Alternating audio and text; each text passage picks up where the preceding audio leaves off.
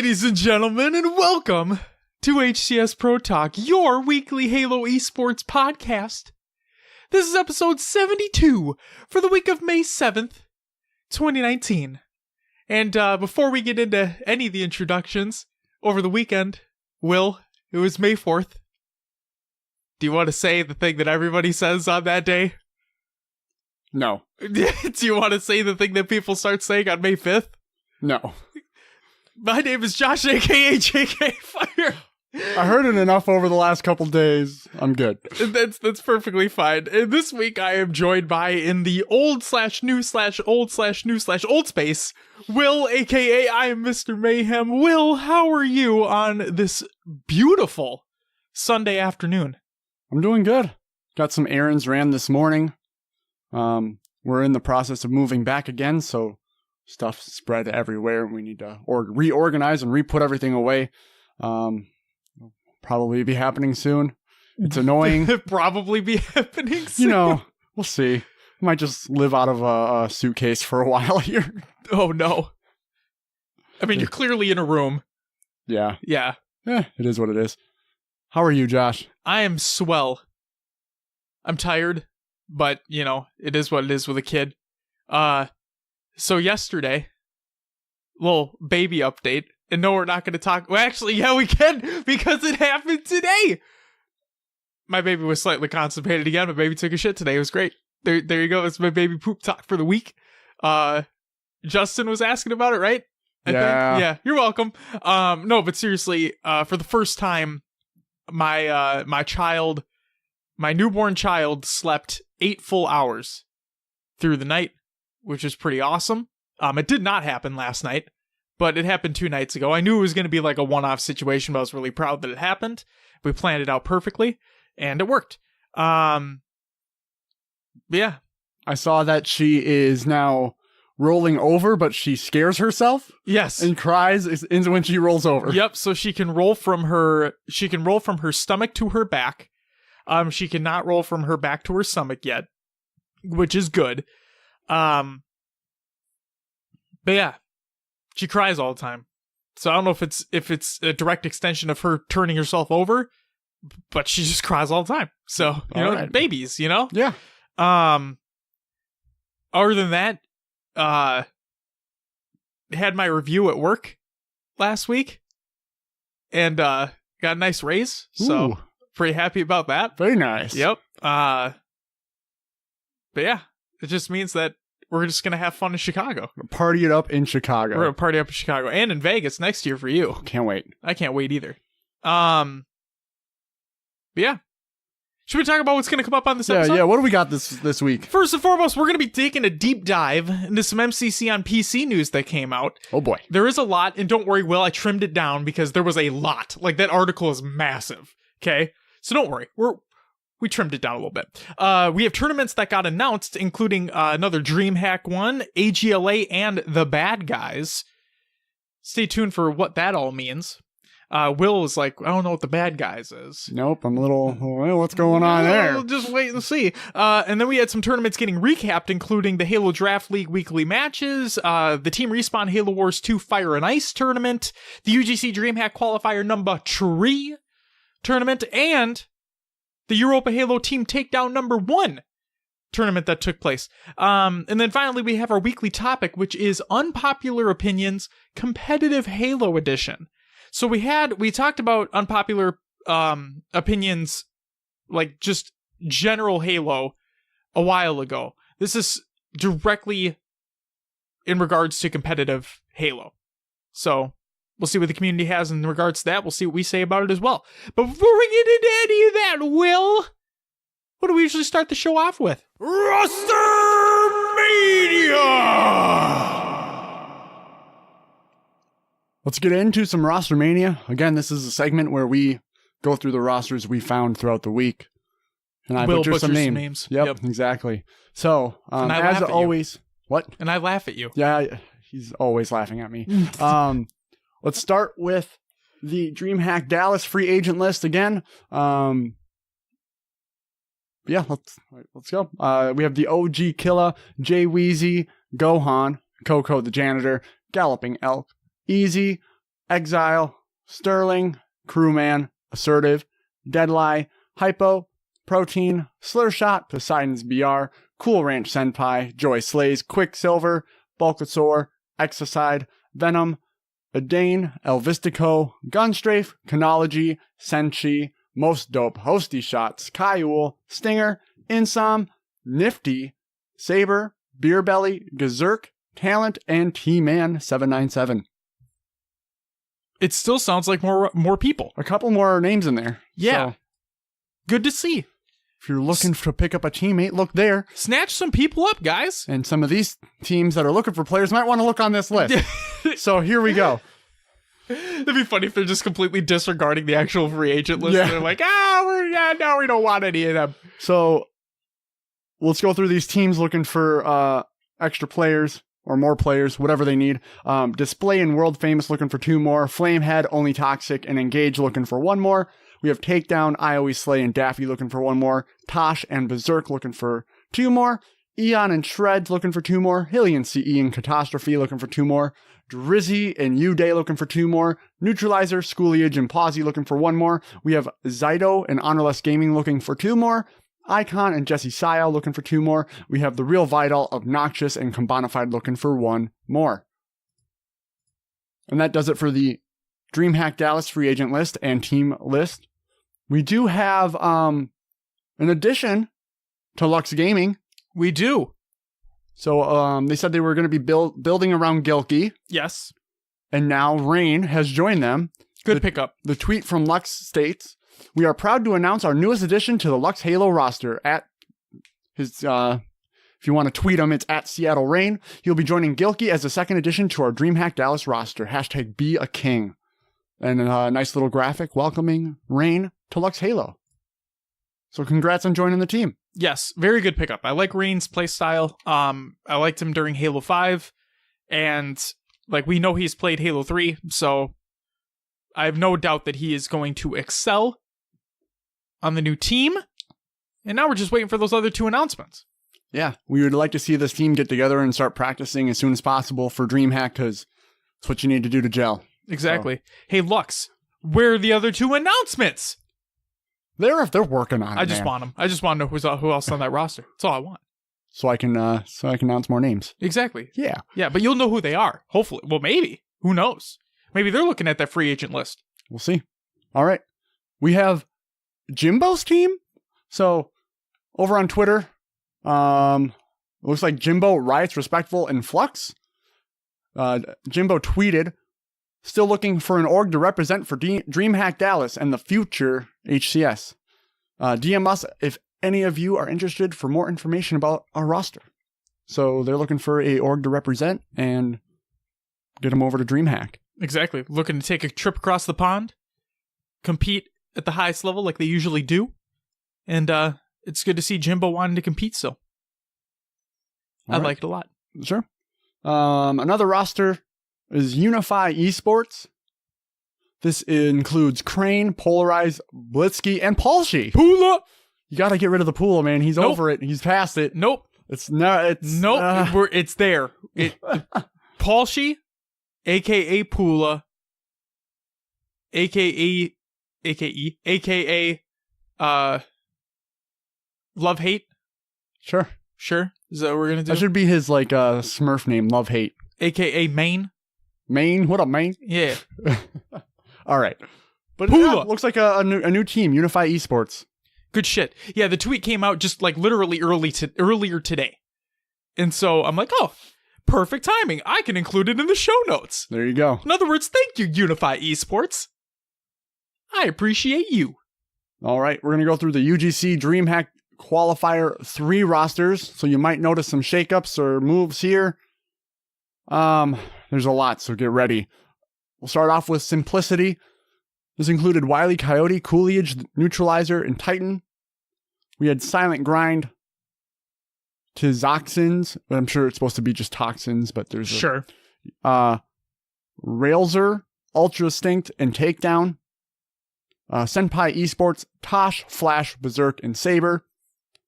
I'm the best, or this is Ruthless Gaming, includes I'm the best, Sonic Boom, Christopher, and MLG Mad Mike.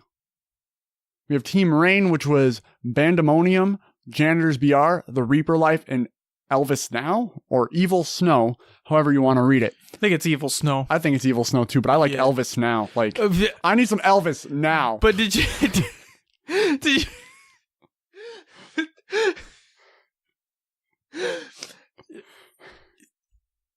Thoughts? Yep, okay.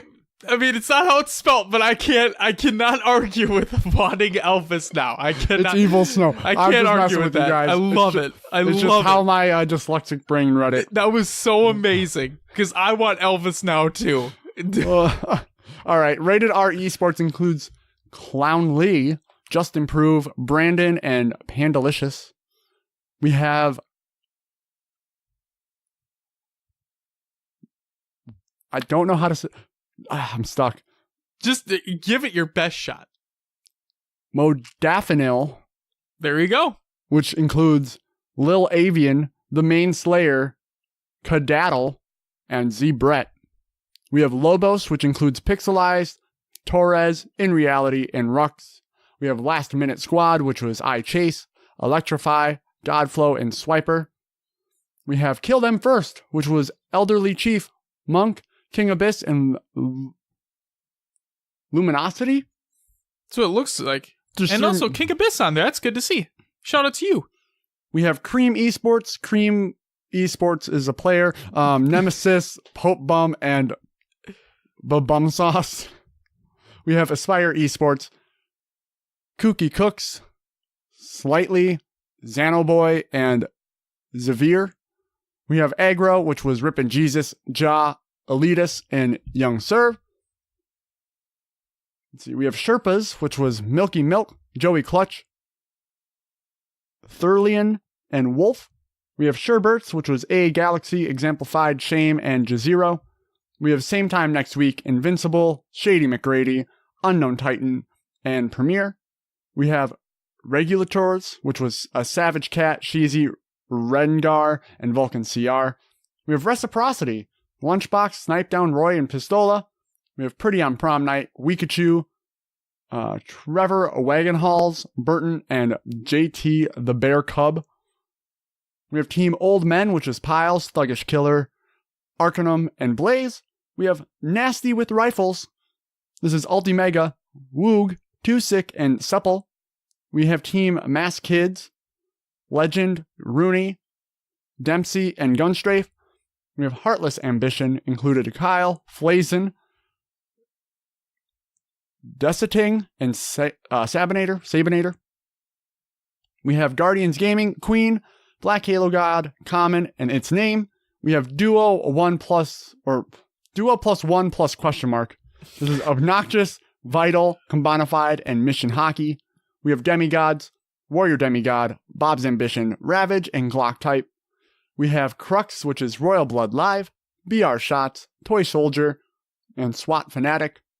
We have CR Nightmare, Ragnarok, Regulata, Colacane, and Perry Pizza. We have Fourth Line Plugs, which included Snowman, Sio, Icons, and Ice Vein. We have YGJOWTM, which included Blitzkrieg, Tyranitar, Phoenix, and Missy. We have Team Ultimate, which was Zerka, Wenzor, Livewire, and Lucas H. We have TBD, Fluximus, Jimbo, Respectful, and Riots. We have Syndicate, which is Paradigm, Rob the Turtle, Sorrel, and Hoaxer. RBG Esports, ABC Derek, Scary, Display, and Kazug. We have Infinite Academy, Hypotonic, Corruption, Glocksmith, and Chaos. Mean Machines included Ebby, Jobs, Blitz, and Flyer. We have Denial, Straight Sick, Aries, Shayla, and Demon D. Ooh, that was close. That was close. Remember, we already talked about that one. Yep. We have Side Effect, which is Manipulator, All Might, Eli Elite, and Gunfire. We have Mason, Minotaurs, Rami, Munoz, Swift Kill, and Stormy. We have Lux Gaming, Gilkey, Cloudy Cloud, Realize G, and Rain. We have Goober, which was Wan, Omega, Guntype, and Porky. GMS, Gabriel, Ego, Fantasy, and Fear. Elevate, Neighbor, Ace, Trippy, Penguin, and Tox Gaming. Snakebite, Lethal Royals 2 APG. last but not least, Infinite, Falcated, Shotzi, Boobadooboo, and Tusk. That's everyone that competed in this week's qualifier. My jaw hurts. Josh, take it away. I wonder if the Goobers were feeling goofy. Goofy Goober from SpongeBob? Thank you. You went there? I did go there. Because we're all goofy goobers, yeah. I just turned away and took a drink of my pop. You did, but what pop are you drinking there? It's a orange vanilla Coca-Cola. Do you like it? Yes, I do. Dom drinks it too, and he says he enjoys it as well. I need to give it a shot. Yeah, I really like it. All right. Yes, I thought the orange Coke was pretty okay. Also, there's a new energy drink out there. Yeah. Called Rain. It's 0 carbs. They have a peach flavor, and it comes in a purple and yellow can. Oh my God, this is like your heaven. I'm like all about it right now. So it's really good. Wow. It's got like 300 milligrams of caffeine though. Oh shit. Which is like, wakes woo! up. Yep, wakes up. Can I get another one of those? Woo! There it is. Thank you. All right. We don't hear you going off very often, so that was good. I enjoyed that. Thank you. Yep. Just for you. I appreciate it greatly. And is that it for Rostermania? That's what we got for Rostermania this week. Then it's time for COD, another games to watch. Hey, I got a little hand motion from you this time. Yeah. Yeah, I realized that I had a time, and I wrote down the timestamp ahead of time, so we're good. Look at you. Yeah, look at you. I'm on it. There's just one piece that we have here for COD and Other Games Watch. Call of Duty World League London just took place over this weekend, as a matter of fact, and just want to give a congratulations to 100 Thieves on winning Call of Duty World League London and taking home their very first championship win. But yeah, that does it for COD and Other Games Watch. Hey, Will. Yep. It's time for Will's Adventures Within the Haloverse. Other games too. My hands are going down lower than usual right now. What'd you play? I played some PUBG. Ooh. Died a lot again. I feel like this is a common occurrence. You know, I don't think I've won a single game in like probably a year in PUBG. So sad. You know, I just gotta I gotta play bitch mode and just hide and land in non-busy areas. And that's not what I've been doing. I've just been hot dropping the whole time. Hot dropping.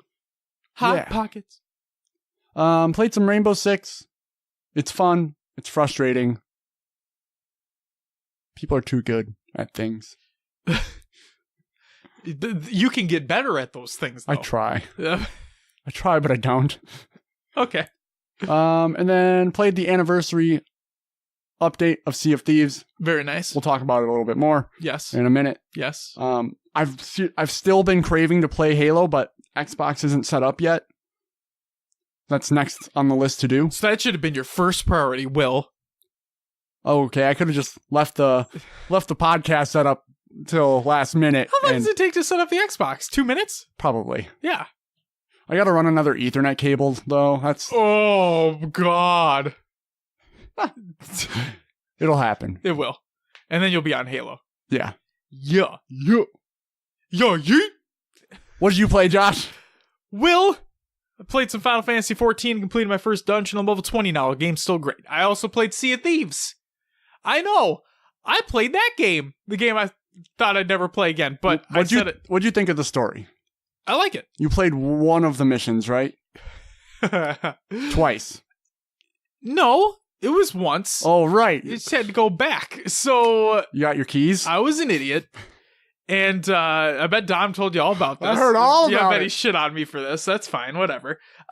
So Sea of Thieves anniversary update. They released like a little story mode type deal where you actually have like a story from an NPC.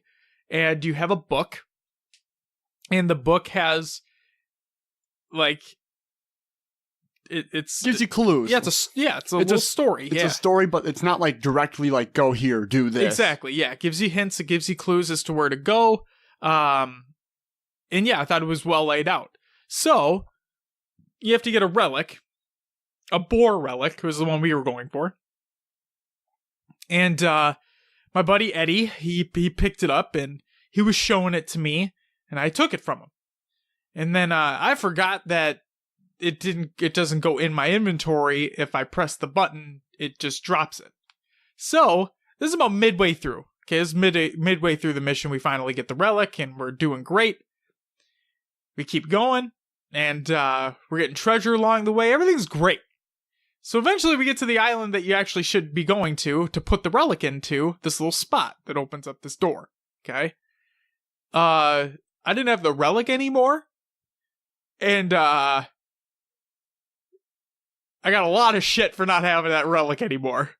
And I felt bad. Because I thought it went in my inventory, but it doesn't. It literally just drops where you last left it. So we had to go back a little ways. We remembered where it was. So we got back there, we picked it up immediately, we went back, and it was fine. But yeah, I dropped the relic. So how'd you do on the puzzle solving in that first room? Easy. Yeah, I thought it was too easy. Sure. Yeah, it was just 3 different combos. Yeah. And it literally showed you what they needed to be in the book. Yeah. Yeah. I thought it was a little too easy to find. Sure. I wish they would have made it a little bit more difficult. I think, it's all about the journey. Right. Not the destination. Sure. Will. No, I thought it was fine. I had a good enough time with it. Did you do just the first story? Yeah, because I need to get off soon after, so. I made it through 3 of the stories. Ooh. Do they get harder? They do. They do get a lot harder. There you go. Yeah. So this one's just to ease you into it, and then it's like, oh, here you go. Yep. Yeah. You kind of have to know the areas. Sure. Like, I feel like you coming back and not playing as much as me and Dom have on those later stories, you might have been confused when they were talking about things. Sure. But no, it was good. There's one of them that had a ton of travel time. So you have to basically start on not the farthest you can go on the right, but I'd say pretty far on the east side of the map. I thought the first one had a good amount of travel time. Like you're going in a giant triangle. That's what it felt like. Yeah. So this other story, you start on the east side of the map. You have to basically go all the way west. And then go to 3 different islands. So one's west on the north, one's west on the south, and one's kind of a little bit over back east. Okay. And then you have to go all the way back to that same starting point on the far east. And the travel time was the worst part. Yeah, fuck that. You can fish now, so I fished off the back of the boat while Dom drove us there. Oh, very nice. But yeah, no, I enjoy it. I played some of the arena. Did you jump into any of that? No, I'm not going to. Yeah, there's some very tryhards in that. Oh, sure. My biggest issue is there's a cosmetic you can get from coming in the top 3 100 times in the arena. Every time I've tried to solo queue, I've just ended up on a team that didn't execute well. We'll say that. Sure. It's a team-based game. It is. It's a very team-based game. And it's frustrating, especially when you get stuck in a situation and you just can't get out of it. Sure. And then there's people that leave midway through all the time. Okay. And there's no ban system for that. So if you're trying to go for points and your teammates decide, oh, screw this, I'm out, there's nothing you can do. That's shitty. There's not a quick join option. You don't join a game in progress, nothing like that. So when you're down a member or 2 when you're on a giant galleon, it's pretty impossible to get points. Yeah. So yeah, I think I have 3 placings in the top 3, and it's rough out there. So yeah. It's gonna make another pirate joke, but I decided against it. Oh, okay. I held myself back, which is good. All right. So, what else did you play? Got some more on this list. Yes. So Halo MCC because of the community playdate, which was great. What'd you guys end up playing? MCC. Well, like I just said, all game modes. Yeah. Types. So we started with. So we just decided to do 4v4 because we had a full team of 4 for this playdate, and we started with everything but Griffball. So I included every playlist but Griffball. We got a couple action sack games and just fucking destroyed. It wasn't even fair. And then took away action sack because that's all we were getting. And for Silos' sake, I did not include Halo 4 within any of these searches. I was a sad boy, but it's okay. I don't even think we got a Halo 1 game either. So sorry about that, Silos. But either way, then I took away like objective-based modes.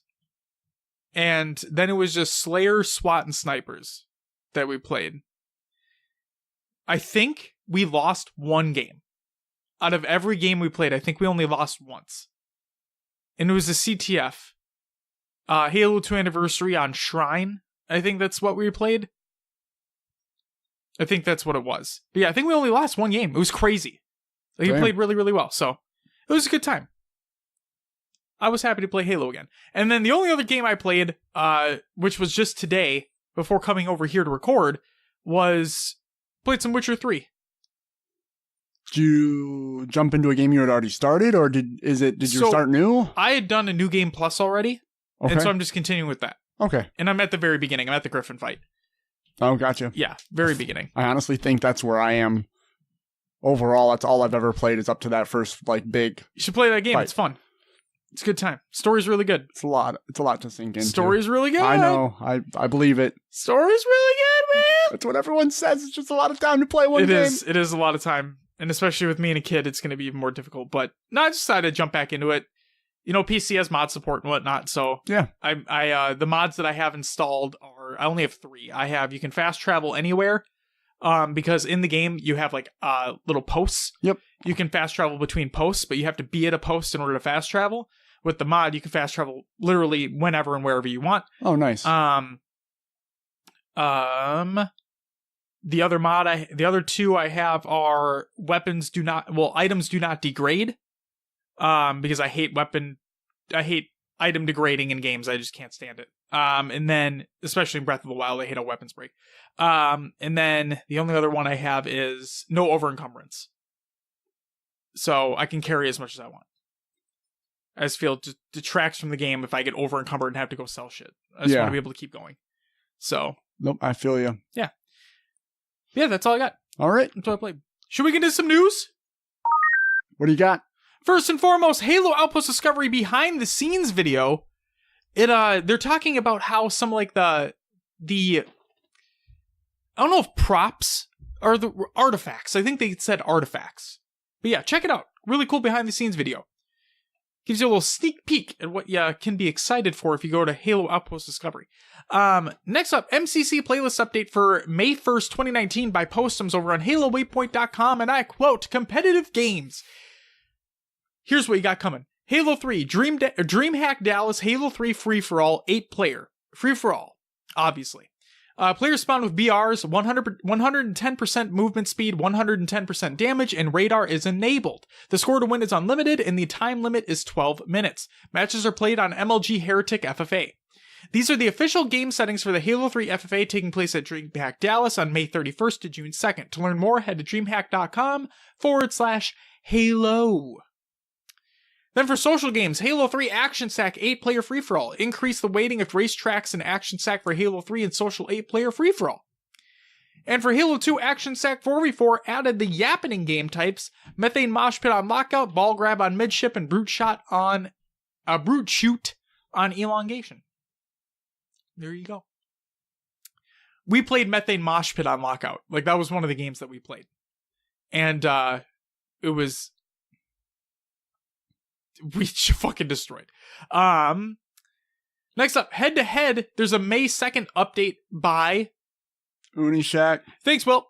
It's over on HaloWaypoint.com. There's a bunch of information there. Check out the article in the Google Doc of the show notes of the show.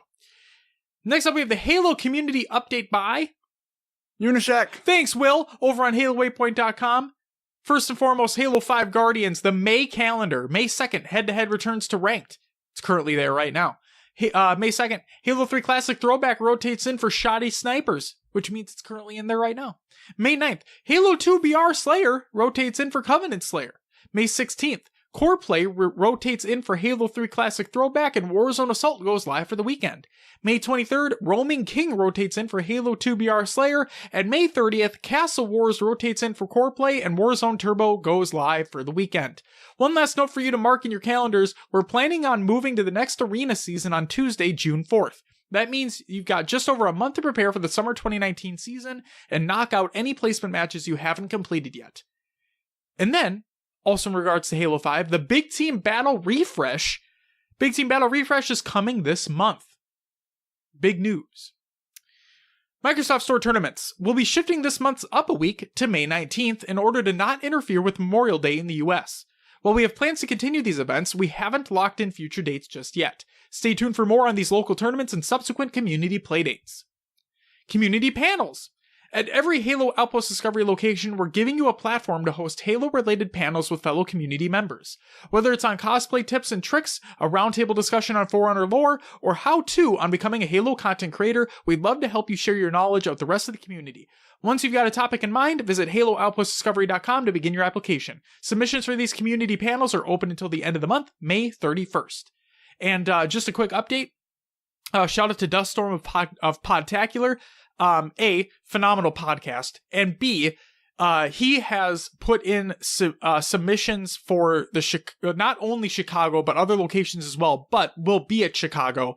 So, to do like a kind of like a roundtable Halo podcast panel. And Will and I would be on it. So hopefully everything gets accepted, and look forward to that if that's the case. And Will is scared out of his goddamn mind. Yep. It's going to be great. Maybe. If it gets accepted, we'll have to wait and see. In the words of HCS Pro Talk. Next up, Halo gear. Halo Oblivion. Back in early March, Grim helped me reveal Troy Denning's sequel to Halo Silent Storm, Halo Oblivion. And now we finally get to reveal its cover. Denning continues John 1:17's storyline as he and Blue Team continue to take on enraged and emboldened Covenant forces. While Grim, and probably a handful of you may know the official description by heart, I'm going to leave its second paragraph here for those of us who aren't as familiar. If the UNSC has any chance of stemming the tide of the war, the Master Chief and Blue Team must drop onto an empty, hellish world in order to capture a disabled Covenant frigate filled with valuable technology. It has all the makings of a trap, but the bait is far too tempting to ignore. And this tantalizing prize is being offered by a disgraced and vengeful Covenant fleet master whose sole opportunity for redemption lies in extinguishing humanity's only hope for survival. If you haven't read Silent Storm yet, I'd highly recommend it, and so does Grim, so you know it's good. Regardless, you can catch Master Chief's next heroic steps in Halo Oblivion when it comes out later this year on September 24th. And then, Halo Omnibus Volume 2. The second half of the Halo Escalation comic book series has been compiled into one convenient package. This 12-issue compilation is in comic book stores right now and will be available online on May 14th. That's it for your community update. Next up. All right, Will. This is the long one that I technically kind of apologize for in advance, okay? I trimmed it down, but do know that this is a hefty article. So if you want to read everything that has to do with this, the link will be included in the Google Doc of the show notes of the show. So Will, without further ado, the MCC development update for April 2019. This is my postums on HaloWaypoint.com. Splashing into Halo. We have been working very closely with our partner studio Splash Damage, who is knee-deep in the code for MCC. Their mission is to bring MCC to life as a true PC native experience by adding in the features, bells, and whistles PC gamers expect. Our philosophy, more on that below, is that a straight port from console to PC just doesn't cut it.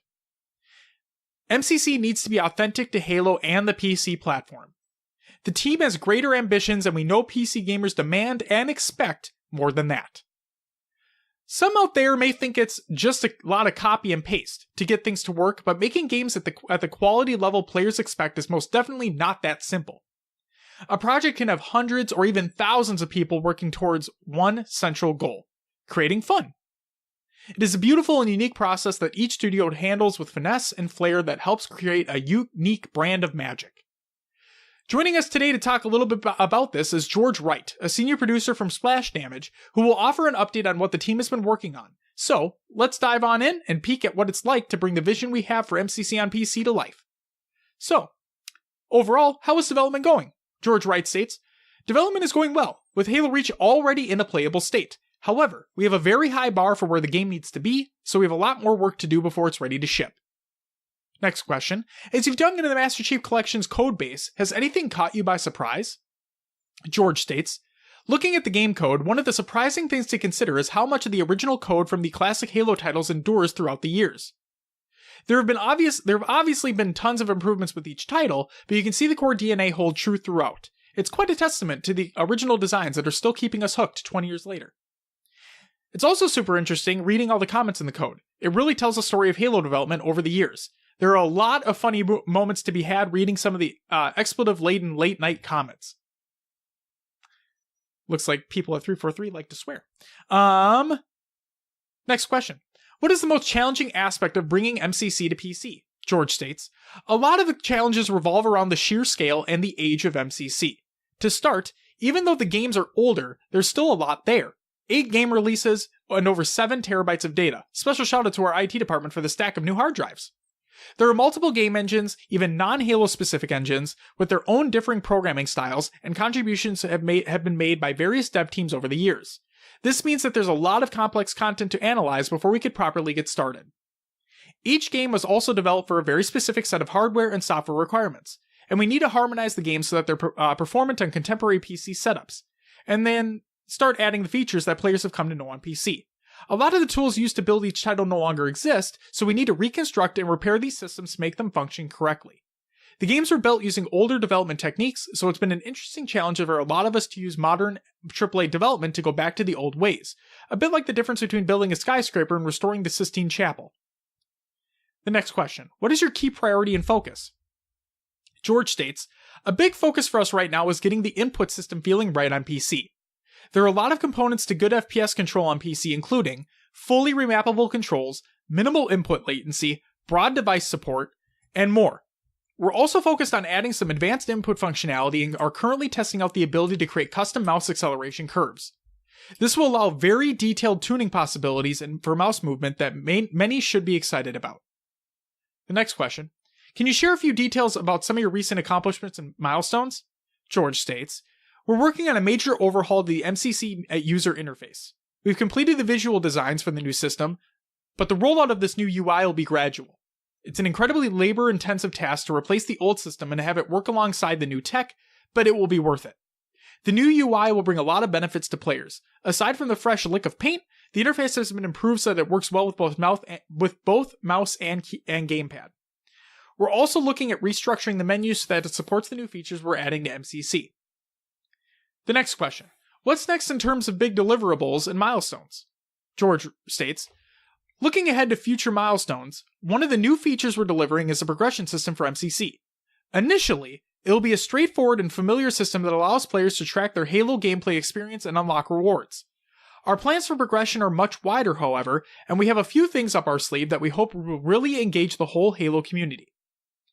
And the final question, anything you might want to share about the studio day-to-day, etc.? George states, since starting our partnership with 343 Industries, we've been pretty hyped. Halo is a great franchise to work on, and since we're also big PC gamers ourselves, we feel privileged to be able to bring the series onto a platform we love. And while it's challenging work, it is a lot of fun, especially around playtest time. We try to get as much of the team involved in playtests as possible, but we're very quickly found that our best players are dominating others, so to find some real competition, we think a Studio v Studio tournament is in order. What do you reckon, 343? Winner gets pizza. Oh, the pizza again. The pizza again. So yeah, there was a nice little interview. You get a little bit more of an inside scoop as to what is going on there, how their development process is. So that's why I wanted to include that in the show. Next up within the article, Halo PC Pillars. When building games, there are different frameworks people use to communicate the vision for that game to the team and to our community. One way to communicate the vision is through a series of pillars that clearly articulate priorities of the game, along with attributes that support each pillar. When we began planning the PC version of MCC, we set out to define our pillars. The 3 defining principles we are focusing on are 3 key pillars: PC native, legacy, and engaging and evolving. So for the PC native pillar, being PC native means that we deliver a best-in-class PC shooter as measured by PC gamers that require the following specifics. Controls. A robust action mapping options, great mouse and keyboard input across the entire game, low input latency by leveraging raw input and latency validation via slow motion cameras, support for a broad set of mouse and gameplay options. PC native UI. Updated UI controls familiar to PC users, robust video and game options that allow users to tailor the experience of their hardware, support for FOV sliders to the extent each game can realistically support, and text chat. Runs on a variety of hardware and takes advantage of what is there in both UI and gameplay. So, a range of resolution and aspect ratio support for monitors, 4K plus resolution, native aspect ratio support from 4:3 up to 21:9 ultra wide, G-Sync and FreeSync support, high refresh rate support, mice both high and low DPI, multiple styles of keyboards, video cards both dedicated and integrated, X-input supported controllers, and loading optimizations. And finally, high quality window handling. Borderless full screen, flexible window resizing, gracefully handles keyboard shortcuts such as Alt-Tab and Alt-Enter, etc. Using a combination of competitive analysis, internal team playtesting, pro team testing, usability testing, and flighting, we are iterating on great controls and building a PC native experience. Our goal is that we can deliver on the gameplay experience that makes Halo unique while meeting the expectations of modern PC shooter players in terms of usability and game feel. For control and option settings, we are experimenting with a variety of mouse and keyboard values. We have built a custom settings app while we update the option settings menus in the main UI. Next, the legacy pillar. Being true to legacy means that we do not change the core gameplay of Halo unless we are fixing bugs or making small, modern quality of life adjustments that can benefit both mouse and keyboard players as well as controller players. One such example is the discussion around how to handle movement and crouch interactions. We have heard feedback from internal playtests that for a modern shooter, there is an expectation of better support when transitioning between standing, moving, and crouch. This issue demonstrates the tension between our legacy and PC native pillars, and is only one of the many issues that is likely to put pillars in conflict with each other.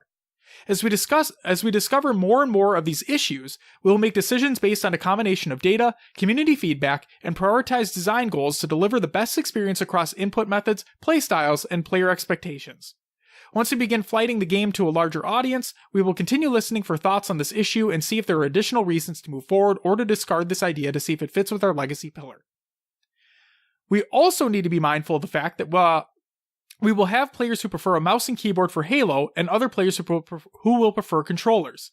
We want both of these player types to be able to play the game together in the same match and for them to feel as if they were on a relatively equal footing. There will naturally be some differences in feel and expectations for different input methods, such as the strength of aim magnetism. Whenever we have tested a Halo PC title with any audience using a mouse and keyboard, the expectation is that aim magnetism is disabled. On controller, the opposite is true, and some degree of aim magnetism is needed for controller players to compete effectively and for Halo to play the way it does on console. We want to minimize differences in gameplay between input methods, which support our engagement pillar. So, as we already imagined, that's going to be a pain in the ass to try to dial in. The aim magnetism for controller, and then the lack thereof to complete removal for mouse keyboard players, right? That's going to be very, very tough. But then again, I feel like Apex Legends does it okay. Is there magnetism with controller on Apex? I guess I don't know for sure. I've seen on Twitter, I think people have said yes, slightly. I don't know. I should pay more attention. And then finally, the engaging and evolving pillar. For us, the engaging and evolving pillar encompasses several things.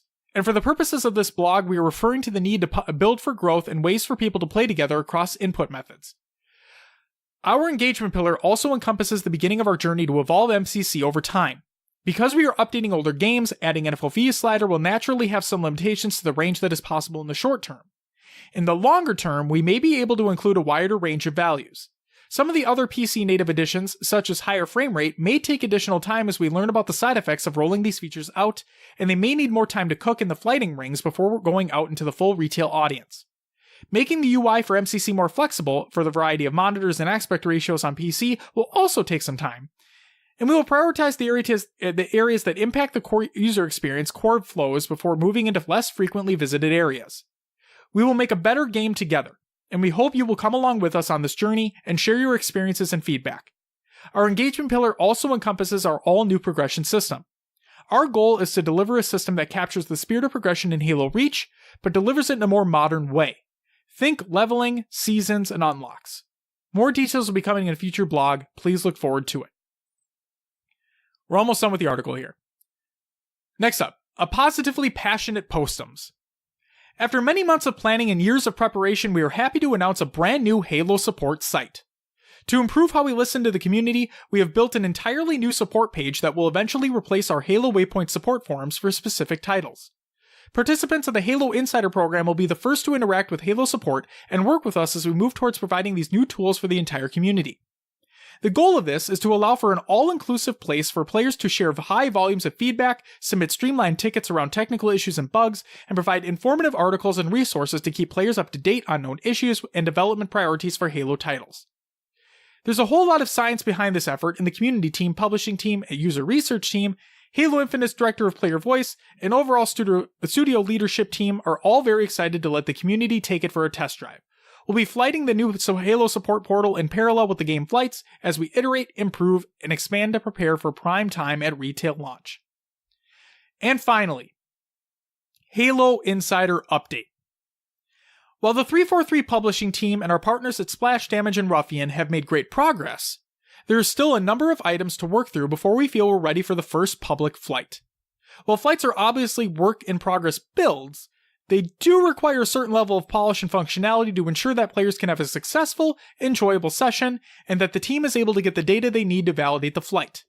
While a lot of technical work commences, our internal pro team and the test team are continuing to participate in regular playtests with a specific focus on the feel and the mouse and keyboard controls. One of the technical areas that's still being worked on through is finalizing the process of generating an appropriate build and then ensuring that a player on Steam is able to acquire the build. This also includes being able to add specific content in a build while cleanly removing content that isn't needed. This helps keep the overall build size down and keeps players focused on the specific areas and activities tied to the goals for the flight. There's also a lot of work happening around the security of these builds. We need to ensure that the build is tied to the correct user and that it can't be accessed or operated outside of the intended channels and processes. There's also a matter of telemetry, specific code that needs to be added to the build to provide critical data to help validate the flight. For example, if a flight goal is tracking average time to match and match success rate, we need to ensure that the client and servers are set up to properly report this data to our team. This gets more complex as the flight goals expand. Eventually, I can imagine the team will want to understand how insiders are interacting with custom key bindings and how mouse and keyboard players are faring against controller players. A lot of work is also still underway on the PC-specific UI, as you saw in Max's section above. We can't solicit valuable feedback on the controls or how authentically PC it is if we don't have all those areas implemented yet. And as another reminder, please remember that when flighting does begin, it will start small and grow over time. The number of interested Halo insiders far exceeds what we can realistically accommodate in the earlier rounds of flighting. But our hope is to continue growing and expanding over time with the goal of all eligible insiders eventually getting a chance to participate. There you go. Again, there is even more to that article. It's included in the show notes. Go give the full thing a read if you're interested, but I thought those were the most pertinent points at this point in time. So, in other words, the flight is not available yet for insiders. I imagine this month it will be. They said they wanted to have it at the end of April or in April. That didn't happen. I imagine it's going to be in May. But, we'll just have to wait and see. And Will, do you have any comments on that before we move on? It's great that they're updating us rather than leaving us in the dark while things get pushed back and moved around. It's good, just good to know, because otherwise everyone would be screaming, "What happened to the end of April?" And we know nothing. I agree completely. They're getting ahead of it. It's good. Next up, how about some competitive news? First and foremost, Skirmish announces Skirms. This is over by from Matty Rums over at New Combo. Shout out to Matty Rums and New Combo. You guys are great. And I quote, Skirmish has announced a new program that rewards players for winning a custom match or skirm using their platform. Points can be redeemed for things like Amazon gift cards, Astro headsets, or HyperX keyboards. For each win, you'll receive 50 points. Register on the Skirmish site and click on Skirms to create or join a match. It costs nothing to register and play, so there's no reason not to. Hell yeah. Do it up. Next up, Will, this is what I was hinting at before. The Bad Guys $1,000 BTB challenge by Halo 3 community. This is a Google Doc. I'm going to read for you. Here we go. The Bad Guys $1,000 BTB challenge sponsored by BRY. Warning.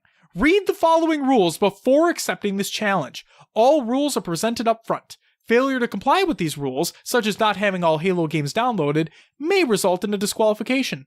If any issue is taken with these rules during a challenge in progress, it isn't our problem. Do your homework. I like this. Clear, concise, and to the damn point. This is good shit. Okay. We're the bad guys. A Halo team hosting a $1,000 Big Team Battle Challenge sponsored by BRY in custom game settings. This is your opportunity to play a 1K free roll with no strings attached. All you have to do is show up. Challenges are meant to be difficult, and this is no exception. So here are the rules if you and your friends want to earn an easy grind. Or an easy grand, with a winky face. Number 1. Play us in a best of 11 series. 2. All maps, game types, and team colors will be picked by us. Oh, I wonder what that means for team colors. Like, what? Okay. Are they pink or something? Right, like what? What does that even mean? Number 3. All games will be played on our host. All hosts will be US hosts. Number 4. Challenging team must download all Halo titles. This is a mainly Halo 3 challenge, but other Halos will be played. Number 5. Maps, game types, and replays will be decided upon the bad guys' discretion. Number 6. No cheating, no DDoSing or standbying, obviously. Number 7. No smurfing, playing on alternate accounts. Elites are permitted, however. Number 8. Both teams are permitted 12 unique players and a maximum of 2 player substitutions per game. Prize money will be distributed evenly amongst all participating challengers. Example, 8 players earn $125 each, 10 earn $100 each, etc. Number 9. If a player lags out in the middle of a game, the game will continue on. The team with the missing player will invite anyone who is ready to be subbed in as quickly as possible. Custom game lobbies with 16 players are rarely stable, and we can speak from experience that lagouts and disconnects are not uncommon. This will not count towards your substitutions. If you think you're up for the challenge, message LegitSky or BRY on the following social media platforms. Good luck, and remember, it's more fun to be the bad guy. So, for Xbox, you can message LegitSky, LEGITSKY, all one word. On Twitter, it's at LegitSky_, again, all in one, or at Halo3 Community, with the number 3. Twitch is at Legitsky_, or at Halo3. Man, what it would be to have that tag on fucking Twitch. Like, you're literally Halo 3. How crazy is that? Isn't that fucking cool? But yeah, I thought that was really cool that, like, they're doing that tournament. $1,000 BTB challenge. All the cards are, like, stacked in their favor, though. Their host, they get to choose map, game type. They said no challenge is easy.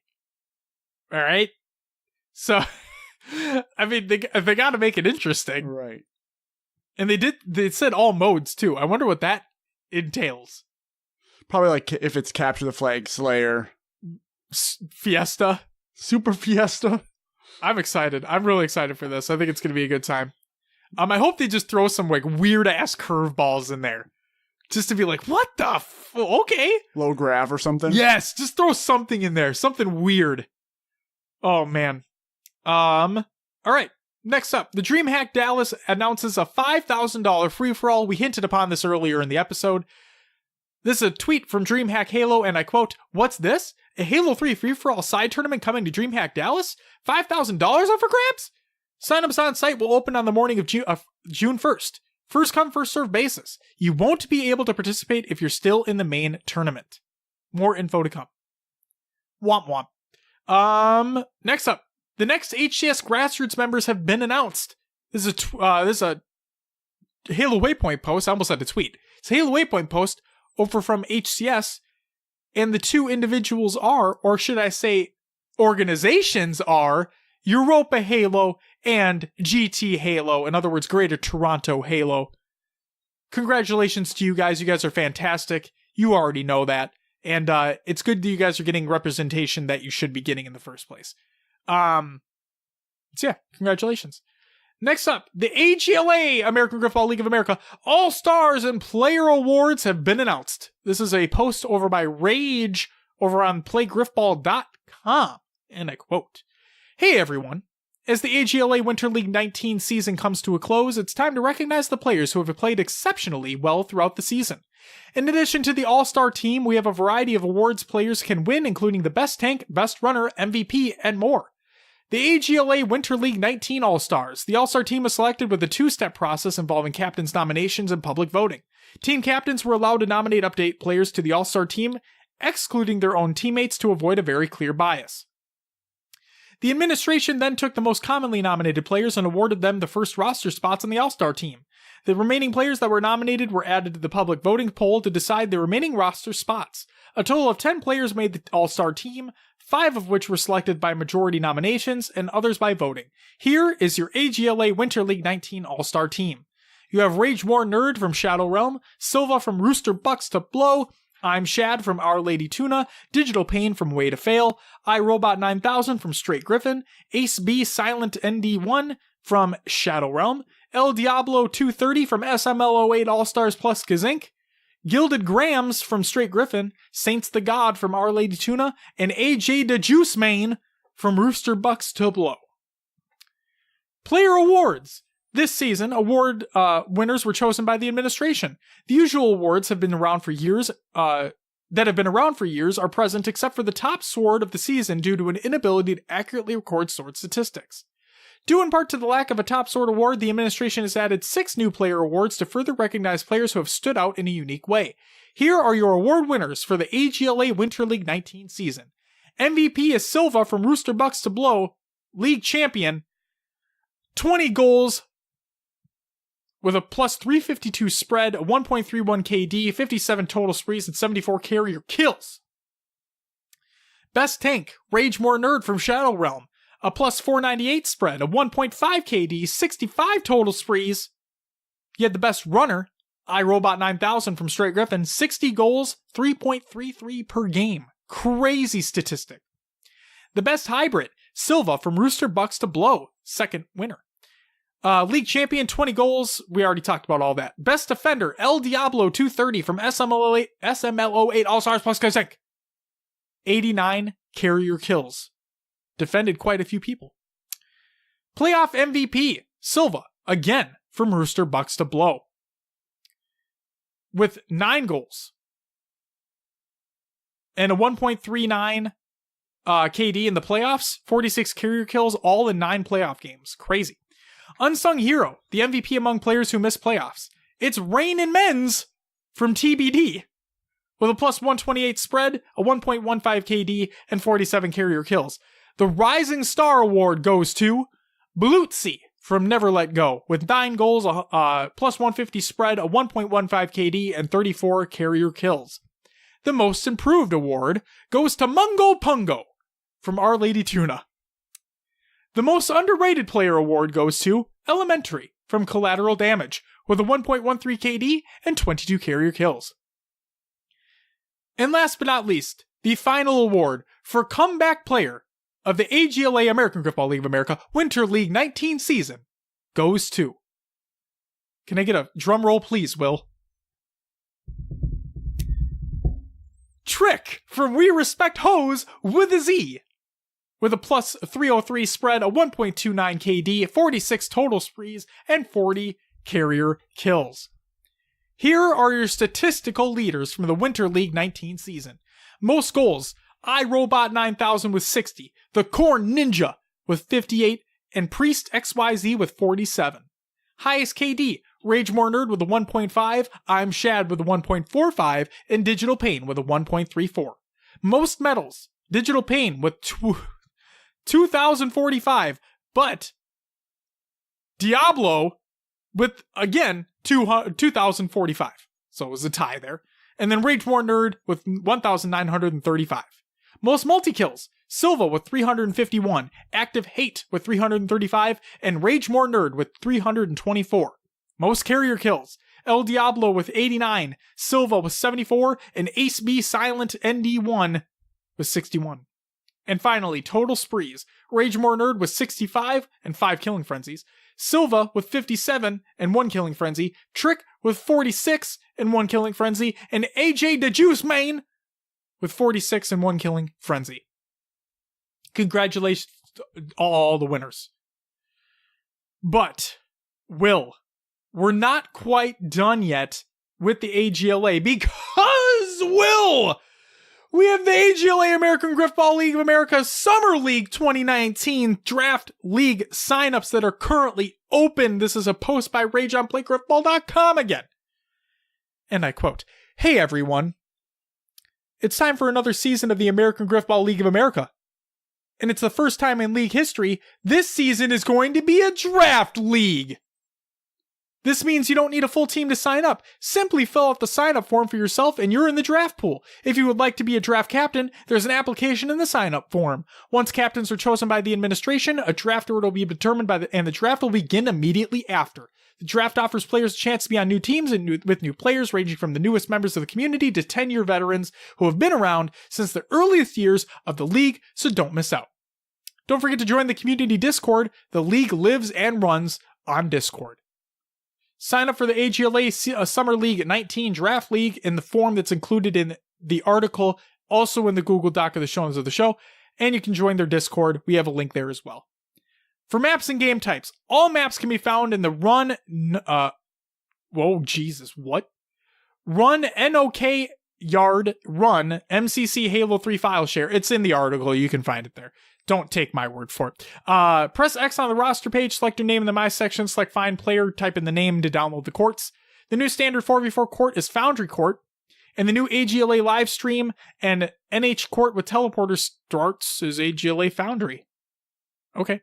The default game type can be found in Rage More Nerd MCC Halo 3 file share. The default game type is AGLA Griffball.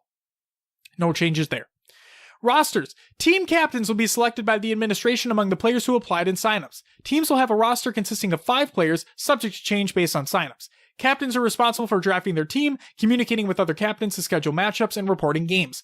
Trades rules are yet to be determined, more info to follow in the coming days, and any player may substitute in games if agreed upon by the opposing team's captain. Additional sub-rules will be announced in the near future. Regular season. Once rosters are finalized, teams will notify the administration the specified days that they are available to play. The full regular season will be created by the administration after the draft is completed.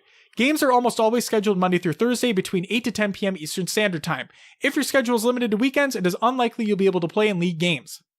Games are expected to start promptly at the scheduled time. Teams are expected to arrive in a timely manner to not delay the start of the game, as games will often be played back-to-back on the same night. Teams are expected to wait at least 15 minutes for the other team to show up. Afterwards, teams can either wait or get off and reschedule at a later time. Reschedules will be allowed at a limited capacity. Guidelines and reschedules will be explained in depth in the coming days. As long as you effectively communicate with other captains, you'll be fine. Neutral hosts will be standard but not required. Teams may use an on-court host if neither team can find an NH. Lobby leaders will always have hosts in MCC custom games. The last week of the regular season will have 0 games scheduled to allow team to play any rescheduled matchups. The playoffs. Playoff bracket will be created immediately after the last regular season is concluded.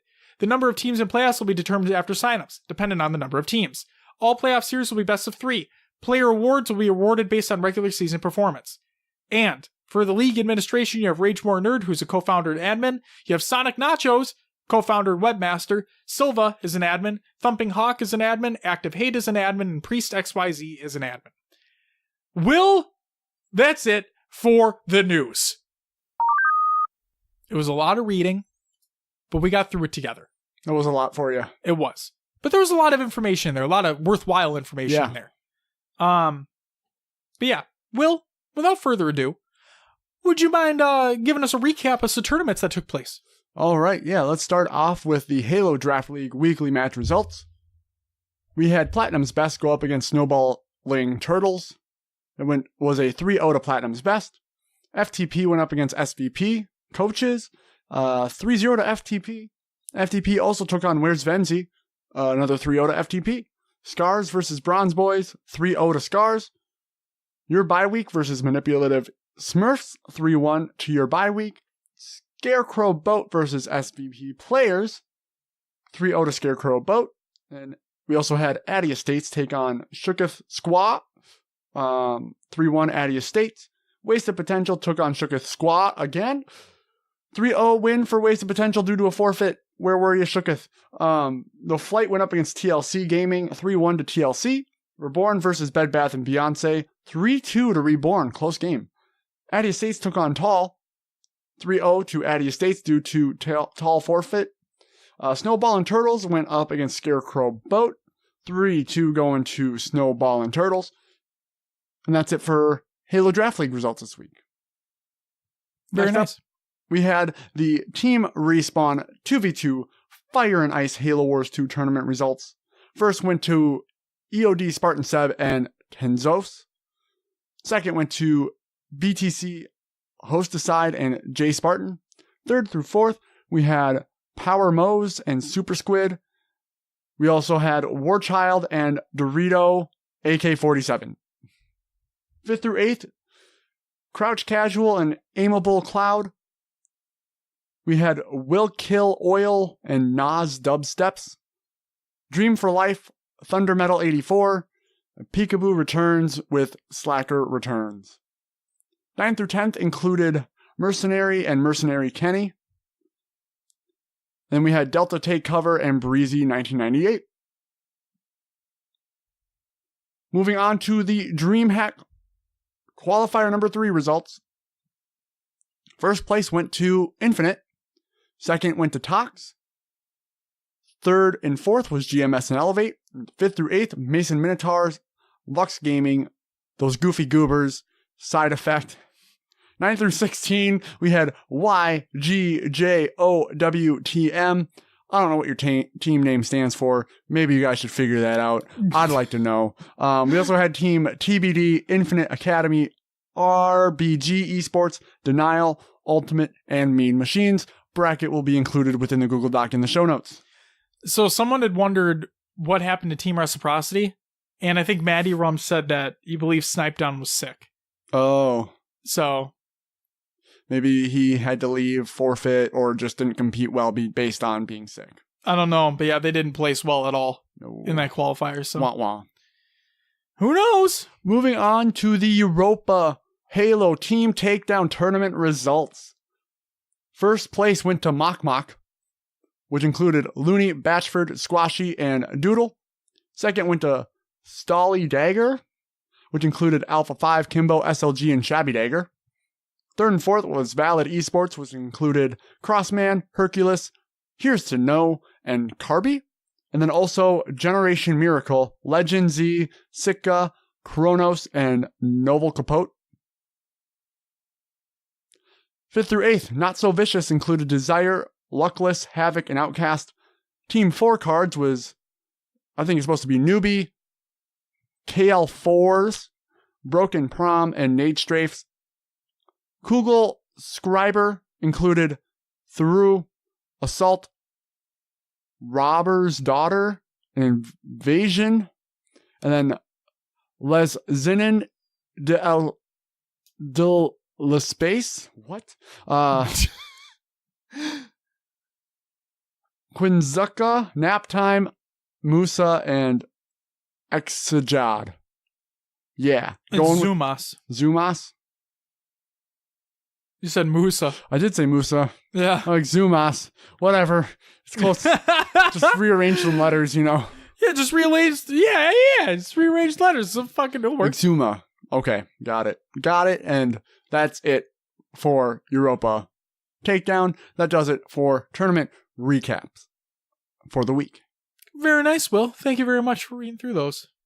I appreciate you. Thank you, man. I appreciate you. Like he took a second there, like, how the fuck do I respond to that? What do I say? What? I put me on the spot here. It's okay. Apparently, my mind's just not working today. I'm rearranging letters. It's a Sunday afternoon. We got to go back to work tomorrow. Nobody wants. I mean, there are people that enjoy their job, but like, do you really want to go back to work tomorrow? We don't want to go back to work tomorrow, but it is what it is. We have more Halo to talk about though, because it's time for our weekly topic coming to us from the man, Duststorm himself of Podtacular. Unpopular opinions, but we put a little twist on it. Competitive Halo edition. So again, we talked about unpopular opinions on a different episode before. This time we thought we'd put a little spin on it. Competitive Halo. This is what you guys had to say. So, on Discord, Voodoo states, I miss Boss Nasty. So, at first I didn't know who Boss Nasty was. Okay? So I did a little digging, I did a little research, and he was a toxic individual. A very toxic individual. So that, there you go. Silo states, I think not liking the way the grassroots program has been handled is a fairly common opinion. However, it may be unpopular that I would rather see the budget for major events decrease so more can be invested in actual grassroots efforts. Assuming 2v2 plays well in Halo Infinite, and I mean it's as good as Halo 1 2v2, I'd be fine with moving to a 2v2 format for events. Wow. Okay. That's the first time I've ever heard anyone say that. He still goes, though. I don't know if this is unpopular, but I think the addition of playing old games at an event is the best feature of going to an event, and the HCS maybe haven't utilized it fully. But it's awesome regardless. MLG used to do this sometimes, so it's not completely new, but relatively new during modern HCS events. Mainly it's been Halo 1 or Halo 3, but offering opportunities for older players to play their favorites or newer players to discover older games. This is a phenomenal aspect of recent events that I don't see talked about often, and I hope it continues. Originals are always better, but I understand why MCC has been used at times. If MCC is fixed to the point where it's considered acceptable over original games, I doubt it'll ever be. They could potentially convince older communities to fly out to events for newer games, but with the promise of easily being able to land their favorites. Okay. The 2v2 thing, I think, no. Sorry, Silas. I do not agree with that statement at all. That's why it's his hot take. It's exactly why it's an unpopular opinion. But yeah, I'd be fine with there being side 2v2 tournaments, though. Sure. Absolutely. At least include it. But I think 4v4 is at least, because we're talking, it's going to be 8v8. So, I mean, that's already... Yeah, right. No, I would see it being 4v4 standard, though. But I would love to have side tournaments of being a smaller capacity. But yeah, and then the grassroots funding. I think we're going to be talking about grassroots in a little bit here, further on in these unpopular opinions. So we'll come back to that, but I agree. Feistro states, advanced movement is the way of the future. This slow-paced movement is only liked by a small percentage of the community. This is very evident by just looking at the amount of content being produced, viewership during events, sponsors of events, and the overall competitive player base shrinking. Will. Yeah? What are your thoughts on that? Being a Halo 5 guy yourself. Yeah. I think advanced movement needs to stay. I agree. At least sprint. At least, yeah, something... slow-paced movement only being liked by a small percentage of the community, I'm not sure about that. I feel like it's a decent amount of people actually like the slow-paced movement, but then again, it's not really slow-paced movement, it's just faster walking speed. But if you go back to that 4 Infinite, the spectating and drawing people in that way from events might diminish because they're going to be like, oh, this is slow moving. This isn't as exciting. I'm going to go watch COD. Right. And the other thing is that, so Splitgate, Arena Warfare, whatever, just went into open beta. I played the closed one. I didn't care for it. It's not my thing. But everybody says, oh, it's a mix between Halo and Portal, right? You know what that game has? Sprint. You know what that game has? Jetpack. So are we just going to completely negate the fact that and older Halo pros are liking it? Sure. And I'm like, okay, so do we really not like Sprint? Or are we just saying we don't like Sprint, but we actually don't mind it? Because yes, Splitgate is a completely different game, but you can tell it's heavily influenced by this. So it has Sprint. I agree. Advanced movement needs to stay. King Abyss states, honestly don't like the slow movement. Go figure. Also with Halo 3, a lot of the AM players aren't trying to compete at Dallas or future events because if you aren't part of the top 4 teams, GMS, Tox, Rec, Lux, or even Denial or Status Quo, you aren't going to be in the grand finals. Okay. I mean, I'm guaranteed there are going to be a lot of people that compete at Dallas because A, it's an open event, and B, it's this is the last major announced Halo 3 tournament taking place. So this is where I've seen so many people on Twitter, on Reddit, all over the place saying like they're going just to see people, you know? They're going just to hang out. It'll be like a giant party. Everybody's going to have a great time, reminisce, all that stuff. Like that's... So I do think there are going to be a lot of people there. And I do think there are going to be a lot of people there competing. But we'll just have to wait and see because it's not that time yet. Five-Stroke states, let's hope Dallas is the end of the Halo 3 competitive for good. Your thoughts? Oh, you're asking... Okay. I was going to ask you.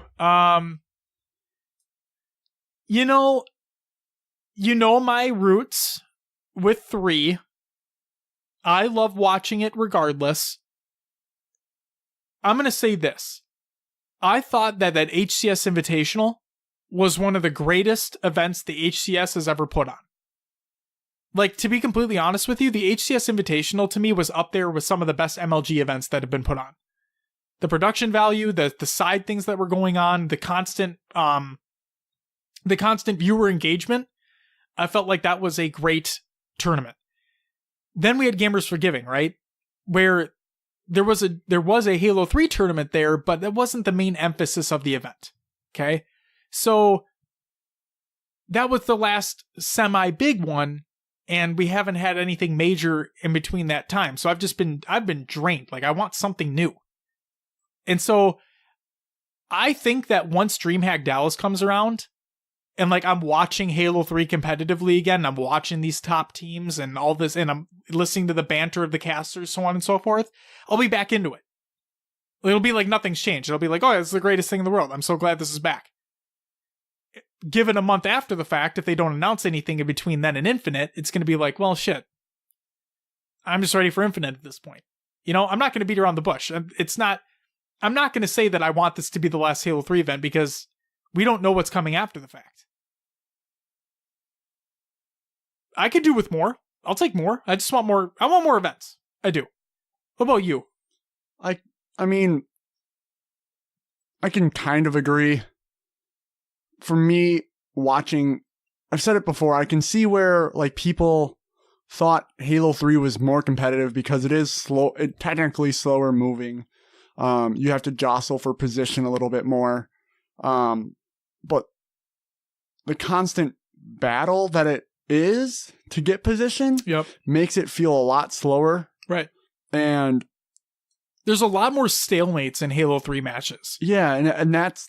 Stalemates don't cause for great viewing. Why do you think they got rid of CTF on Fathom? Because same thing. Constant replays, constant stalemates. Fuck that. So yeah, I would be happy if... But I just don't know. Halo 5 didn't do well for the competitive scene. Halo 3 is just kind of like, oh, let's have something in the meantime while we wait for Infinite. But if they had more events going on, it would be better. Right. If they had like a little bit bigger of a roadmap planned out. Yeah. But I guess... Because like, what, Europa Halo put out their entire 2019 roadmap? Yeah. Like, that's fantastic. If we had something like that for the HCS, I mean, Call of Duty does it too.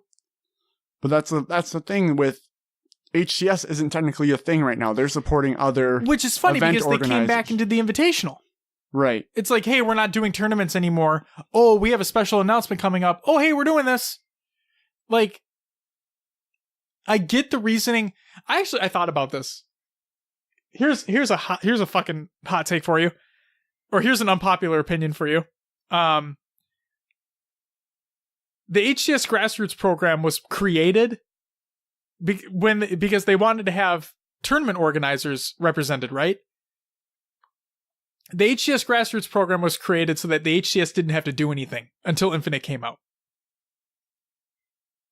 I mean, that's technically what it is. Right? That's what it feels like. They're supporting these other tournament organizers to put on their events. Right, but how funny that they do this right at the end of Halo 5's life cycle. Like right at the end of the HCS Halo 5 season. Mm-hmm. That they decide, hey, don't worry, we care about our community because we're coming out with this program where, as it currently, from the outside looking in, looks like you just get emblems and nameplates. Here you go. So I'm happy the program exists. Don't get me wrong.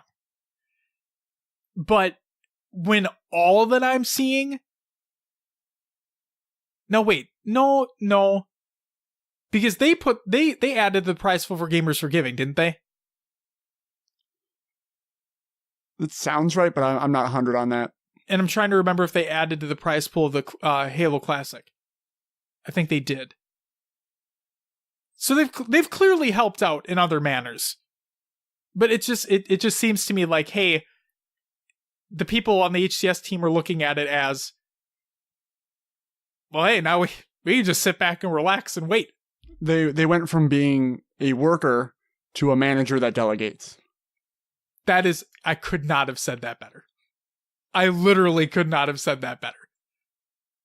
And that's shitty to me. That if, like, the perfect representation that you just stated, I feel so sad thinking that. But I can't help but think it's true. I really can't. So I hope I'm wrong. And like I said, the people want more things to do. Like, they want more. Now, the problem is, we talk about our show is based off community. Okay? Clearly. But there are a lot of people out there, a lot of competitors out there who only want to play in the big ones. Okay? Like, the professional player wants to play for the big stuff. Right? Mm-hmm. So, I love talking about the community tournaments. We're obviously going to continue doing that's what we do.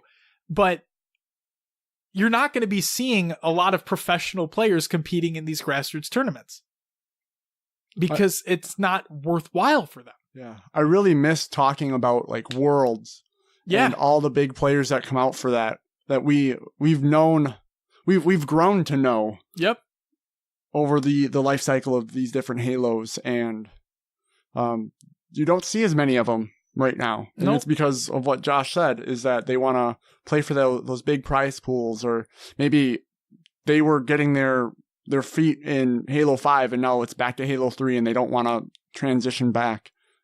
Hopefully when Infinite rolls around, they have a bigger plan, and maybe that's what this is all about. Maybe the grassroots program is passing the buck for now, but it's so they can better plan for Infinite where they failed in 5. Right. That's definitely what I'm hoping for as well. And what I really want is, and I've said it multiple times before, I want Pro League back. I want week in, week out matches that are casted, because that continually drives viewer engagement. You always have something scheduled. The Overwatch World League does it. The Call of Duty World League does it. The Call of Duty has Pro League still. And they have an amateur section as well. Like, Infinite needs this.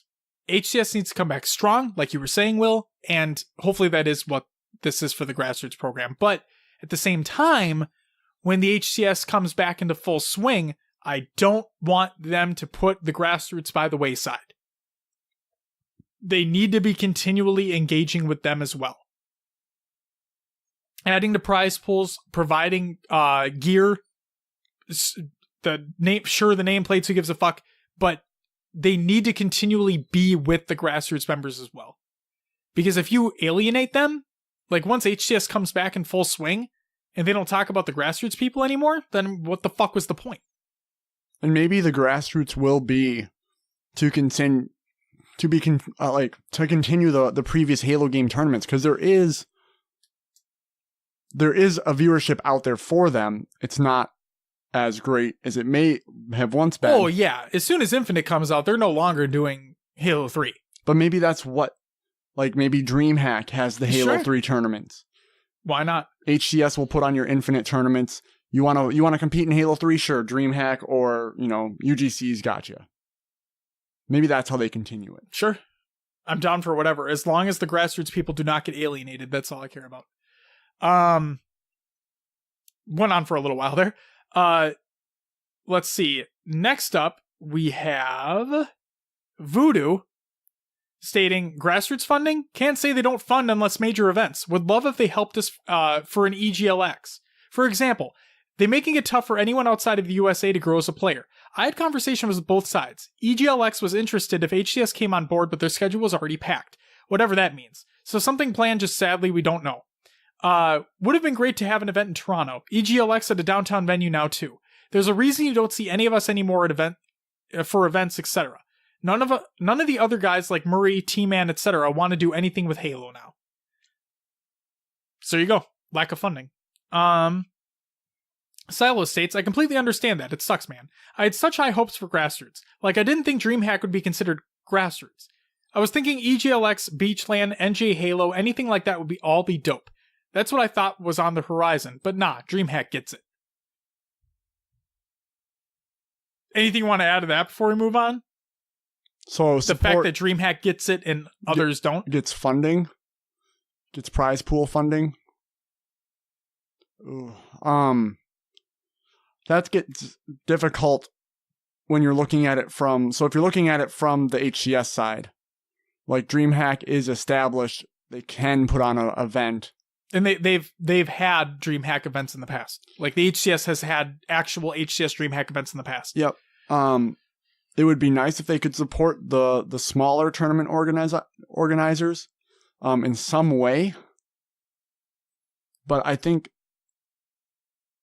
they put it out there after the first wave of applications came through that the Grassroots program, isn't like for the smaller guys, they don't have just funding to give out. Right. They can help out with equipment. Yeah. Stuff like that. Exposure. Yeah. But yeah, at first thought, like when they announced the Grassroots program, yeah, I didn't think there was going to be these big organizers coming in that would be in the program. Now, if you want the most exposure for your Halo tournament, wouldn't you want one of these bigger organizers there to promote it and, that's known, get maybe higher attendance from people who are at the event for the weekend? Right. I don't know. I'm not the one pulling the strings, so. Yeah, it's a tough one for sure. But yeah, it's a tough one for sure. And I think the reason why, like, the Beachland isn't considered or isn't in consideration at this point based off everything else that we've seen is what? They put on a couple events per year, right? 1, maybe 2 events per year. And I think they're looking for like organizations that put out multiple events per year that have their roadmap set, so on and so forth. So, I don't know. But then why EGC? Because they had one tournament. Yeah, they have these qualifiers, but I have to look into that a little bit deeper. Polshy states, alright, I will keep this as short and to the point as I can before I may go off topic. Competitive Halo is at a terrible spot, but one thing it always will have is fans. I didn't like Sprint in Halo, but I still played it until I got to level 150. Right now, they need to widen the event, listen to what the people want, and support more people like the Beachland. Okay. Like Halo Classic, had multiple Halos and did the marketing excellently. Fast movement is the future of Halo because we've been doing it for so many odd years that the audience is used to that. If we took a step back from that, we would lose way more viewers than we already lost with Halo 3. Maybe do multiple Halos at an event, again, just like Smash Bros did. They would have 3 different Smash games at once at locals or majors, or let the people vote. Or next up, from that open tickets from each Halo, and whichever top 2 Halos make the most will get an event. The rest will get a refund. There are so many ideas that can help. We as a community can make that happen, but we have to want it. Just not sit here and hope for the best. I hate you all. We've been dead before, but check it out, Maine. We still here. That's why I included all those AKAs at the end of Poola's name. But yeah, it's... Yep. The thing I said about the HCS Invitational is that it had a lot more consistent viewership, right? Not large viewership, but the viewership that was there was consistent throughout the weekend. Okay? So, again, going back on it, increased movement is where it's going to be. What do you want to say? I was going to say, with the Invitational too. Yeah. I feel like the stable viewership had to do with the top 6 teams being there. And only the top 6 teams. Sure. What do people tune in for on Sunday? The big matchups. That's very true. All there was that weekend was big matchups. Yep. So I think that's what can drive viewership. Yeah, so fuck all the other teams. No, but I agree though, because you're exactly right. When you have a tournament that runs from Friday to Sunday, right? How many people do you think watch the group stages compared to Championship Sunday? It's minimal. Exactly.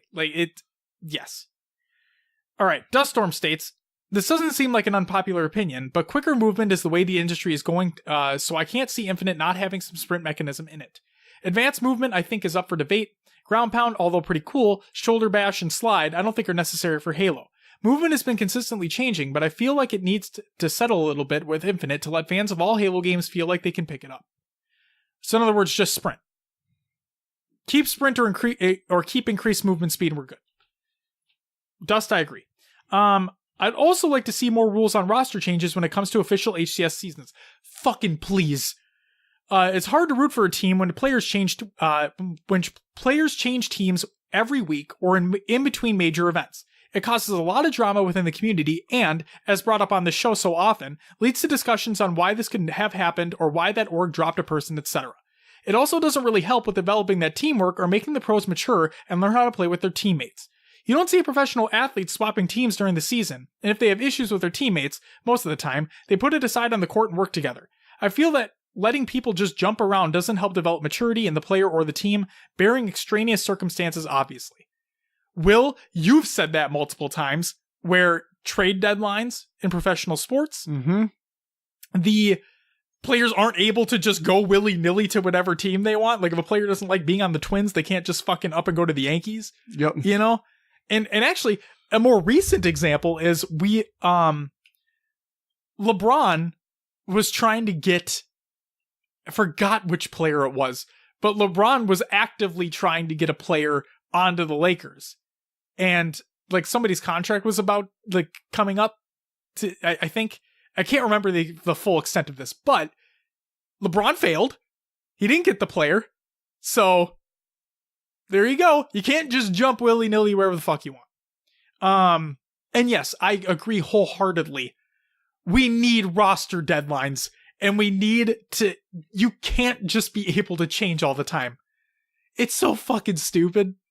You can't expect, seriously, you cannot expect to win a grand final in a major tournament with a hodgepodge group of players that formed a team a few weeks in advance. I don't care how fucking good you are. No way is that happening. No way. So, yes, roster deadlines, absolutely. 343 should also take community feedback with a large grain of salt. I think it's fair to say that pros know how to break down games to their core fundamentals, but that is very different than developing one. I don't think it's a good thing to have core design input from competitive professionals into the design process except when it comes to feedback. Let the developers make the game that fits their design goals and use feedback to refine the execution. Huh. Okay. So, with the pro team at 343, I think Dust is saying that just have them there for feedback. That's it. Yeah. What do you think, Will? I can agree on that. Sure. Let the developers actually make the game. Let them develop. Yeah. And like they said, use for refining. So, maybe radar in socials a little too far out. Dial it back a little bit. Change the position of this camo because it's too easy to go from top mid down over here to get it when you really should be pushing from these sides to, refine the game that way. But yeah, don't change what they're trying to do because pros aren't devs, like he said. Absolutely. Unless a pro is a dev, but that's besides the point. Finally, I think the grassroots movement needs to perhaps do more work to promote community competitive content and tournaments than necessarily having to partner with certain streamers or organizations. Take the Griffball, Europa Halo, or HWCL season finals. Why isn't 343 promoting those or shouting those out? Those are community-curated tournaments that deserve some recognition for getting gamers to play their games.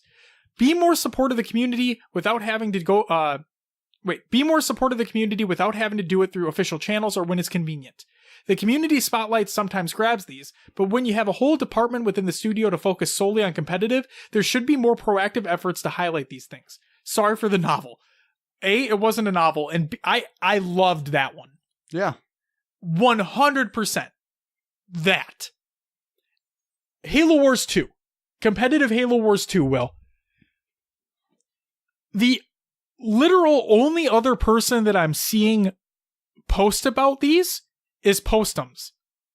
On the 343 side of things. For a person that works at 343, the only person I'm seeing tweet about them is Postums on his personal account. That's it. Duststorm's right. We didn't see anything for AGLA. We didn't see anything else for any Halo Wars 2 tournament. Via the Banish, Team Respawn, Breaking the Clutch, doesn't matter. Any of them didn't get anything except from Postums. Europa Halo, they never got anything either until now being a grassroots member, and even then, I'm not entirely sure if the HCS tweeted them out either. Okay, there's that. And yeah, they do need to do a lot better. They say that they're listening. I believe that they are listening for the most part, but they may be listening, but they're not reading the room correctly, in my mind. You have, like, these people are taking times out of their days to organize these, even if they're small events, it doesn't even fucking matter. People are taking time out of their day to compete, to spectate, to cast, to broadcast, to analyze, all these things. And they're not even given so much as a tweet. So, and Duststorm's right, there are people that are dedicated to that's their job. That is their fucking job at that company. They just don't. So, I agree with you, Duststorm. Finally, Goalie Sniper states, Halo 5 was infinitely more entertaining to watch over older Halos. Okay, Justin, before we get any further into this, is that a pun? I hope it was a pun. I fucking hope not. Justin, please no. Please. Okay, back to his statement. It was fast and exciting. The sniper was actually entertaining to watch. I know headshots are way easier in 5, but damn it was fun to watch someone take the sniper and change a game. I know Halo 3 is more setup based and it takes more skill, but as someone who understands both games, Halo 5 is still more fun to watch. Yes. Will agrees, obviously. Watching someone miss half their shots in a Halo 3 sniper and only get body shots isn't entertaining for stream. Halo 3 was cool to watch for the first few tournaments, but unfortunately the game is dated. I love the game, but it's dated. The industry has moved on to more fast-paced gameplay, and it's more fun to watch stuff always go on. Also, I don't like how the pros have as much of a say as to what they get to play, settings and game types. It should be 343's choice with minimal outside input. I find it annoying how if the pros don't like a map or game mode, it's immediately gone. It's what stopped Halo 5's competitive life cycle from staying fresh with new maps and modes from coming in. The pros didn't like it, so it got pushed back, and they shit on anything new being added, but that's just my opinion. Okay, I'm going to quickly break this down. So Justin, let me just say this. Fathom CTF being removed from competitive, that needed to go away. I did not want to watch 3 replays in a row. And I know you're not calling out anything specific, but I'm just saying for the sake of this, I'm glad Fathom CTF went bye-bye. Now, I am upset that when Oddball was first implemented, it was implemented very poorly. Okay? But, so in that case, I understand why pros shit on it. Because it was not good. Like, it just wasn't. But I also think that a little bit of blame needs to be put on 343 for not implementing the mode at launch. Because remember what I talked about either last week or the week before. Halo 5 didn't ship with Big Team Battle. And now we're getting a refresh on Big Team Battle. Okay? Oddball was not at release on Halo 5 either, and that was a mainstay. Like that should have been there from the get-go. So maybe if it was implemented from the get-go, then it would have worked a lot better in competitive because it was already there. But for the sake of this, I think I think it was good that it was removed and revamped and brought back, because it just wasn't that great to begin with. But yeah, that's just my opinion. I'll add on to that and just say, I get annoyed with just the amount of complaining that the pros do, though. Like, it's constant. It is a lot. They rarely talk about the positive things. It's all about, why they don't like something. Right. And I don't know if it's just because we're looking at it from the competitive sense, but it's to the point where competitive is almost like, there's not a lot of fun in competitive for the pros. They're just competing to be competitive. Right. They got to make it so there's some fun in there. Like, of course, getting sniper headshots, get amped up about that. But I don't know. There just seems to be a lot of negativity surrounding the competitive scene when it comes to that kind of thing. Yeah, there's a lot of negativity in a lot of competitive scenes based off things that they don't enjoy. And yeah. Is that then on 343 where they just need to come down and just say, hey, this is the competitive thing that we're putting out. It's got to be that way. But here's the problem, though, is that if you do that, right? If you just come balls hard down and say, nope. It is what it is. It is what it is.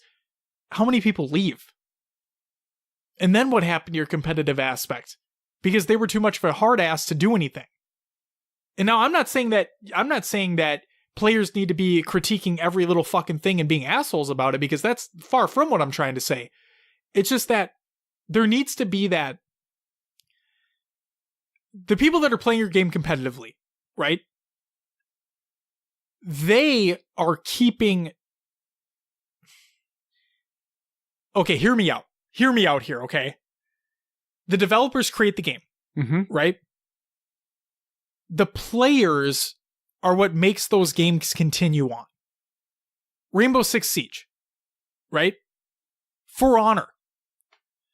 There are dedicated player bases that want to continue playing that game and want to continue see it getting better, right?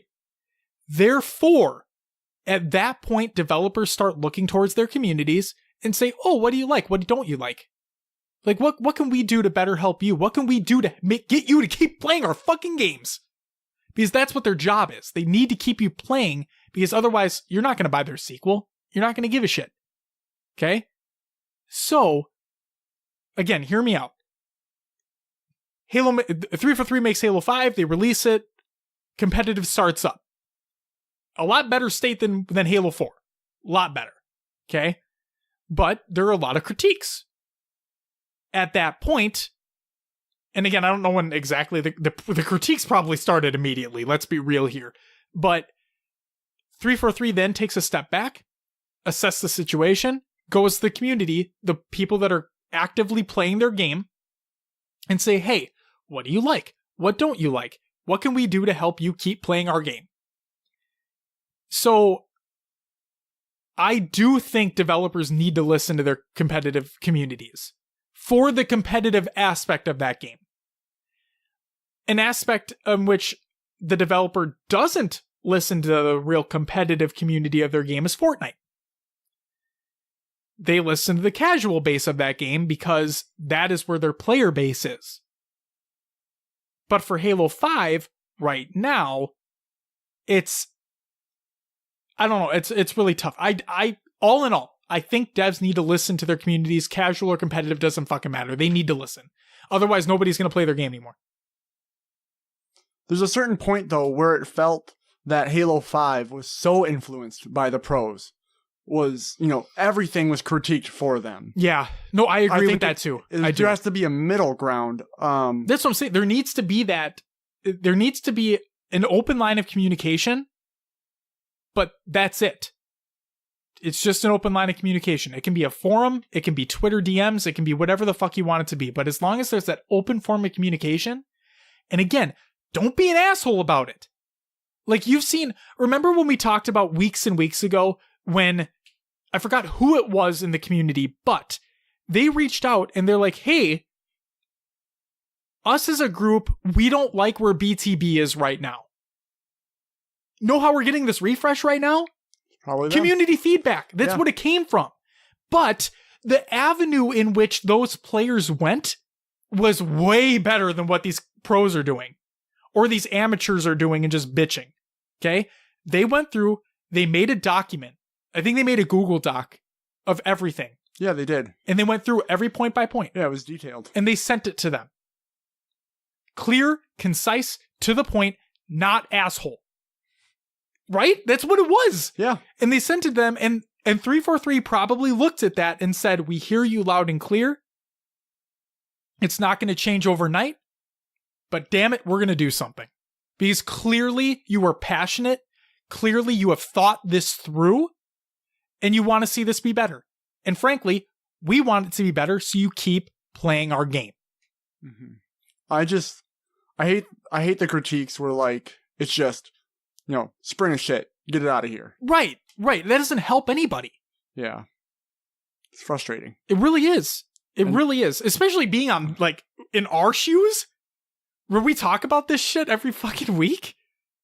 Like, think about it this way. How many weeks now have we talked about sprint v no sprint? Yeah, it's a continuing topic. There. But I think, like many people have said on our Discord, it's got to stay. The advanced movement is the way of these of these games. Or just faster movement. This isn't a debate anymore. This doesn't need to be a debate anymore. This doesn't need to be a critique on the game. Reach had sprint, guys. Halo 4 had sprint natively. Halo 5 did as well. 343 wasn't the first people to put sprint in a Halo game. It's not 343's fault. It's just the way the genres move. It's the way things are progressing. Sorry. And frankly, if people are going to say, oh, we want classic Halo back, what's classic Halo? What is it? Everyone has a different opinion on what classic Halo is even. Every Halo game plays a little bit differently. Regardless of major changing mechanics like sprint, like every Halo game plays a little bit differently. What's classic Halo? Is it just no sprint? Is it removal of guns? Is it fall damage? Is it health packs? What's classic Halo? What does that even mean? What is that definition? I don't think you can put a definition on what classic Halo is, because if you're going to go by that, then wouldn't classic Halo just be Halo 1? And that's it? Like that's your classic Halo. Halo 2 is not classic Halo anymore, guys. It's not. Like, what the fuck do you consider classic Halo? I'm going on a tangent right now. I'm sorry. You are. You're rolling. Yeah, I'm really sorry. I'll stop. But it's like, oh my God, dude. It makes me so frustrated that we still continually come back to sprint v no sprint when it's not even a fucking thing anymore. Who cares? Move on. That's what I'm saying is, like, I wish people would just be more accepting of what a studio puts out. Yes. And not just go right to the message boards and complain because they don't like it. Right. It gets tiring when, and I don't know, people, there's so much like it has to be exactly like Halo 2. Well, then why would they create a new game if it's exactly right? Why Halo would they 2? make Halo 3? Which sold better. Yeah. Why would they make Halo 3? Are you fucking kidding me? You can like what you like. You can have your favorite Halo game. Nobody's taking that away from you. No one is. If you still love that game, guess what? It's still out there. You can still play it. It's always there for you.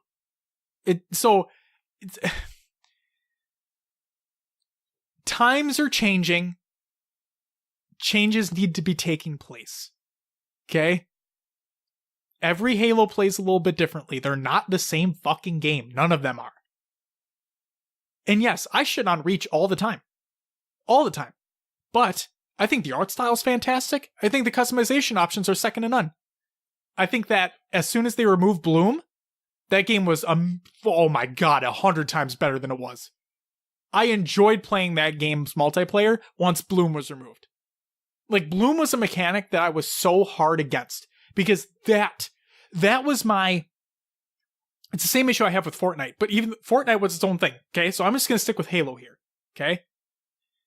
Yes, Sprint was added. Sprint's a game-changing mechanic, right? Bloom, when you have a mechanic that determines how shots get registered, that's where my line's drawn. That right there is where my line's drawn. You have not had anything like that in any previous Halo game, okay? Never had anything like Bloom. When you introduce that, and it drastically changes the way the game is played. Like, yes, every Halo game plays a little bit differently, but this is drastic. Like, you can literally just miss shots. Your shots just won't register. You need to pace. It's a whole different thing, and I hated it. And I still do. I think Bloom is the worst thing they ever implemented in the universe of Halo.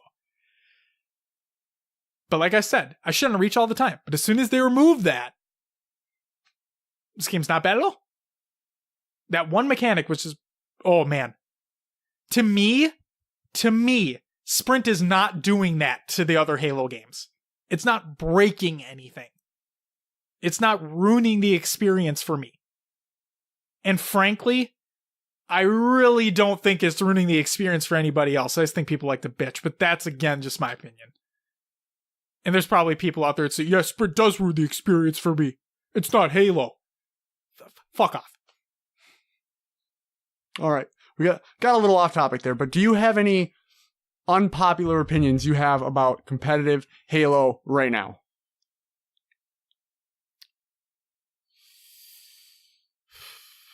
Other than what I've already stated, I don't think so. No. What about you? Kind of already said them all throughout there. Yeah, we kind of went throughout it.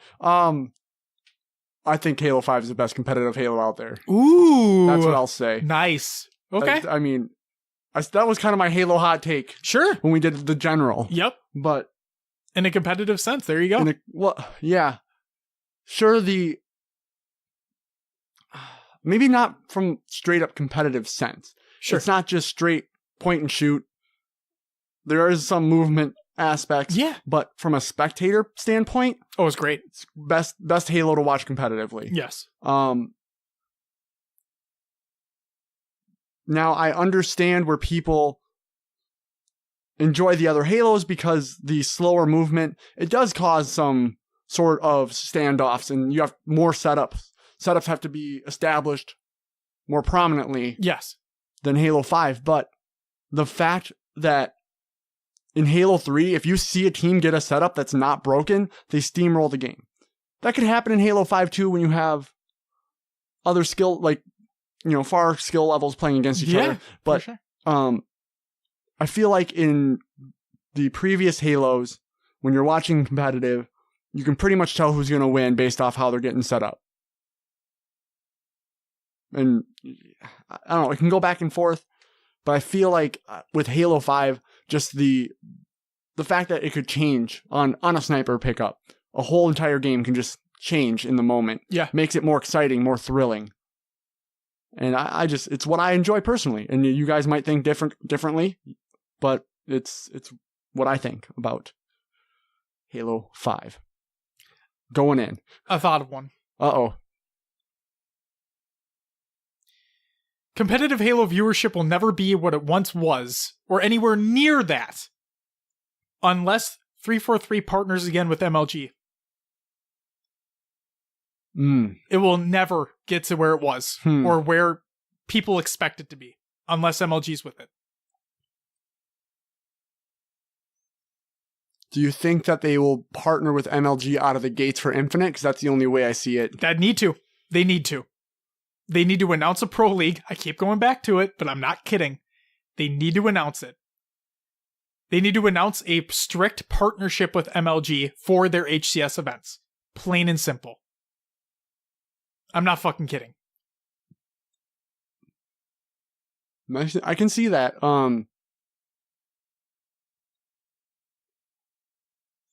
Yeah, because with what they have right now is what they're considering grassroots is DreamHack and G4G and yep.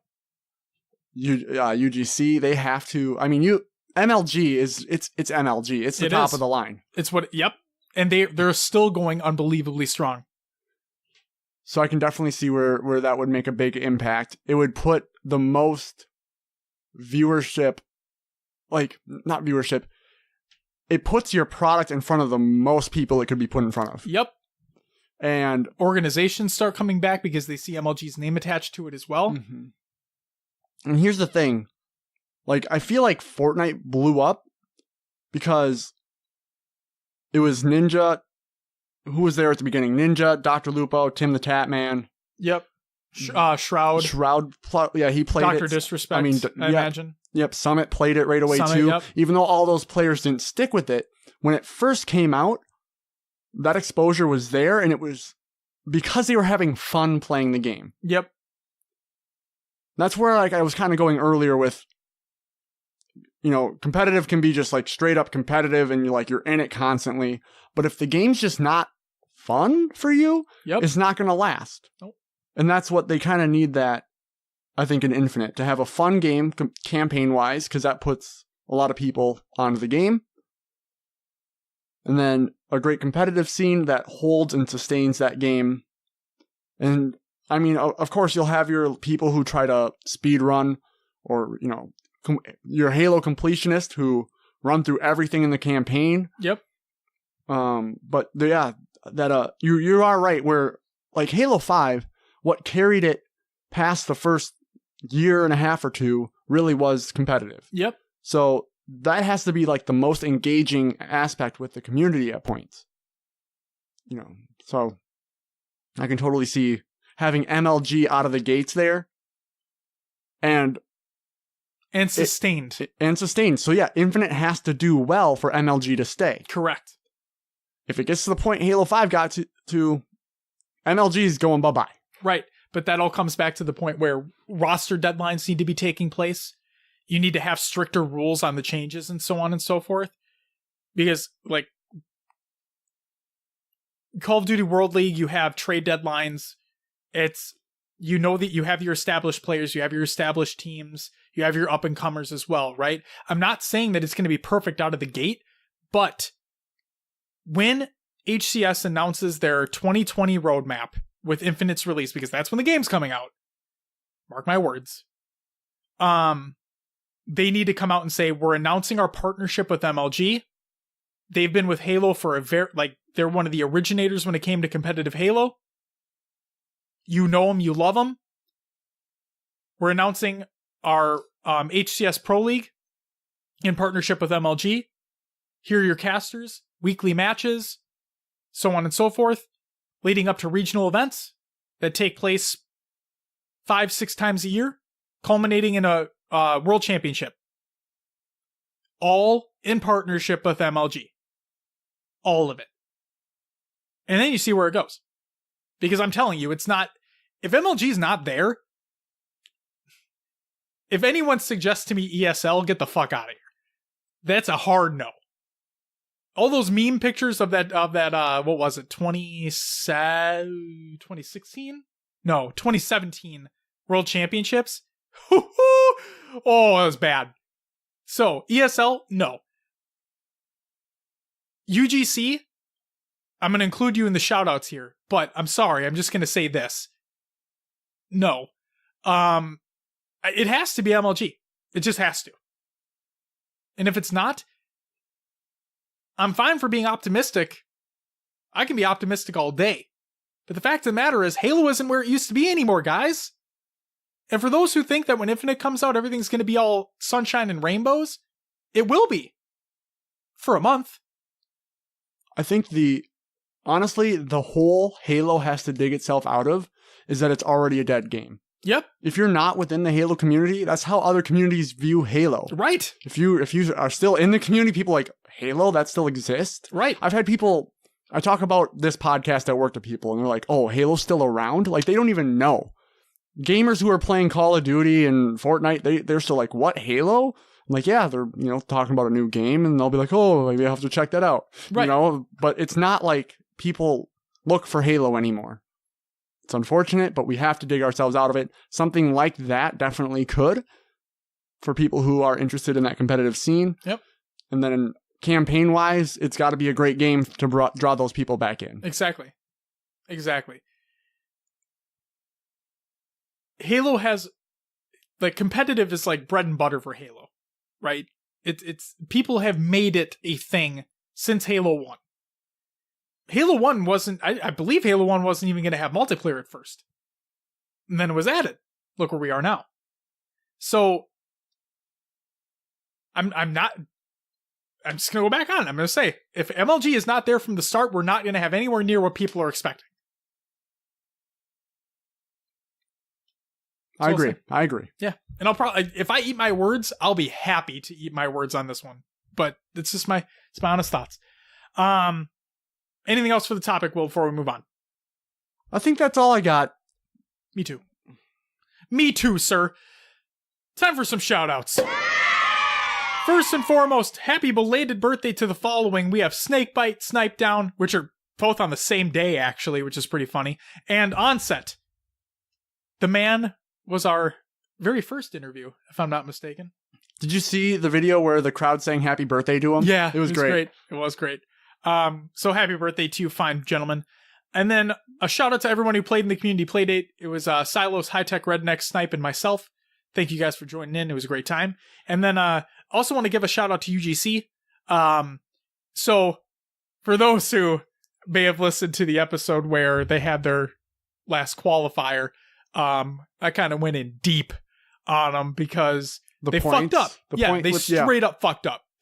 So UGC, for this qualifier number 3, they definitely learned from what happened. They had a roster deadline. They had open fronts of communication in case something happened. They were on the ball 100% of the time. This one went by very smoothly. UGC, you deserve to be commended for that. So good job. Shout out to you. I shit on you last time, but for good reason. And I commend you guys for good reason this time. It's good to see when something goes wrong that they correct it and implement it that quickly. Absolutely. And they probably were like, this is messed up, and they got on it. And that's good to see that they got something in place. Yes. I need to do a little bit more digging to determine how the points are going to work out then, because like we talked about during that other episode, that could potentially fuck up seeding for the rest of the qualifiers. So, in the words of HCS Pro Talk, we'll have to wait and see. That does it for the shoutouts. Will, time for you to talk about shout, please. If you haven't already, go check out Meme Monday on Reddit. We have it every week. Because there's some good stuff in there. There is. It'll give you a little smile on Monday morning, you know? When your Monday's looking bleak, head over to Reddit. For a sneak peek. Hey. We have new Noob Combos April clip of the month winner announced. Sims has chosen the winner, and it was a sneaky daffodil. I see the exclamations at the end threw me off. Yep. A sneaky daffodil. Okay. Congratulations. Go check out the tweet. It'll be included in the show notes. Saiyans Halo 5 stream highlights episode 6 came out. I gave him a follow this week. I didn't realize I wasn't following. But nice job. Yeah. Daily Twitter Clips Volume 6 by Scud Puddle.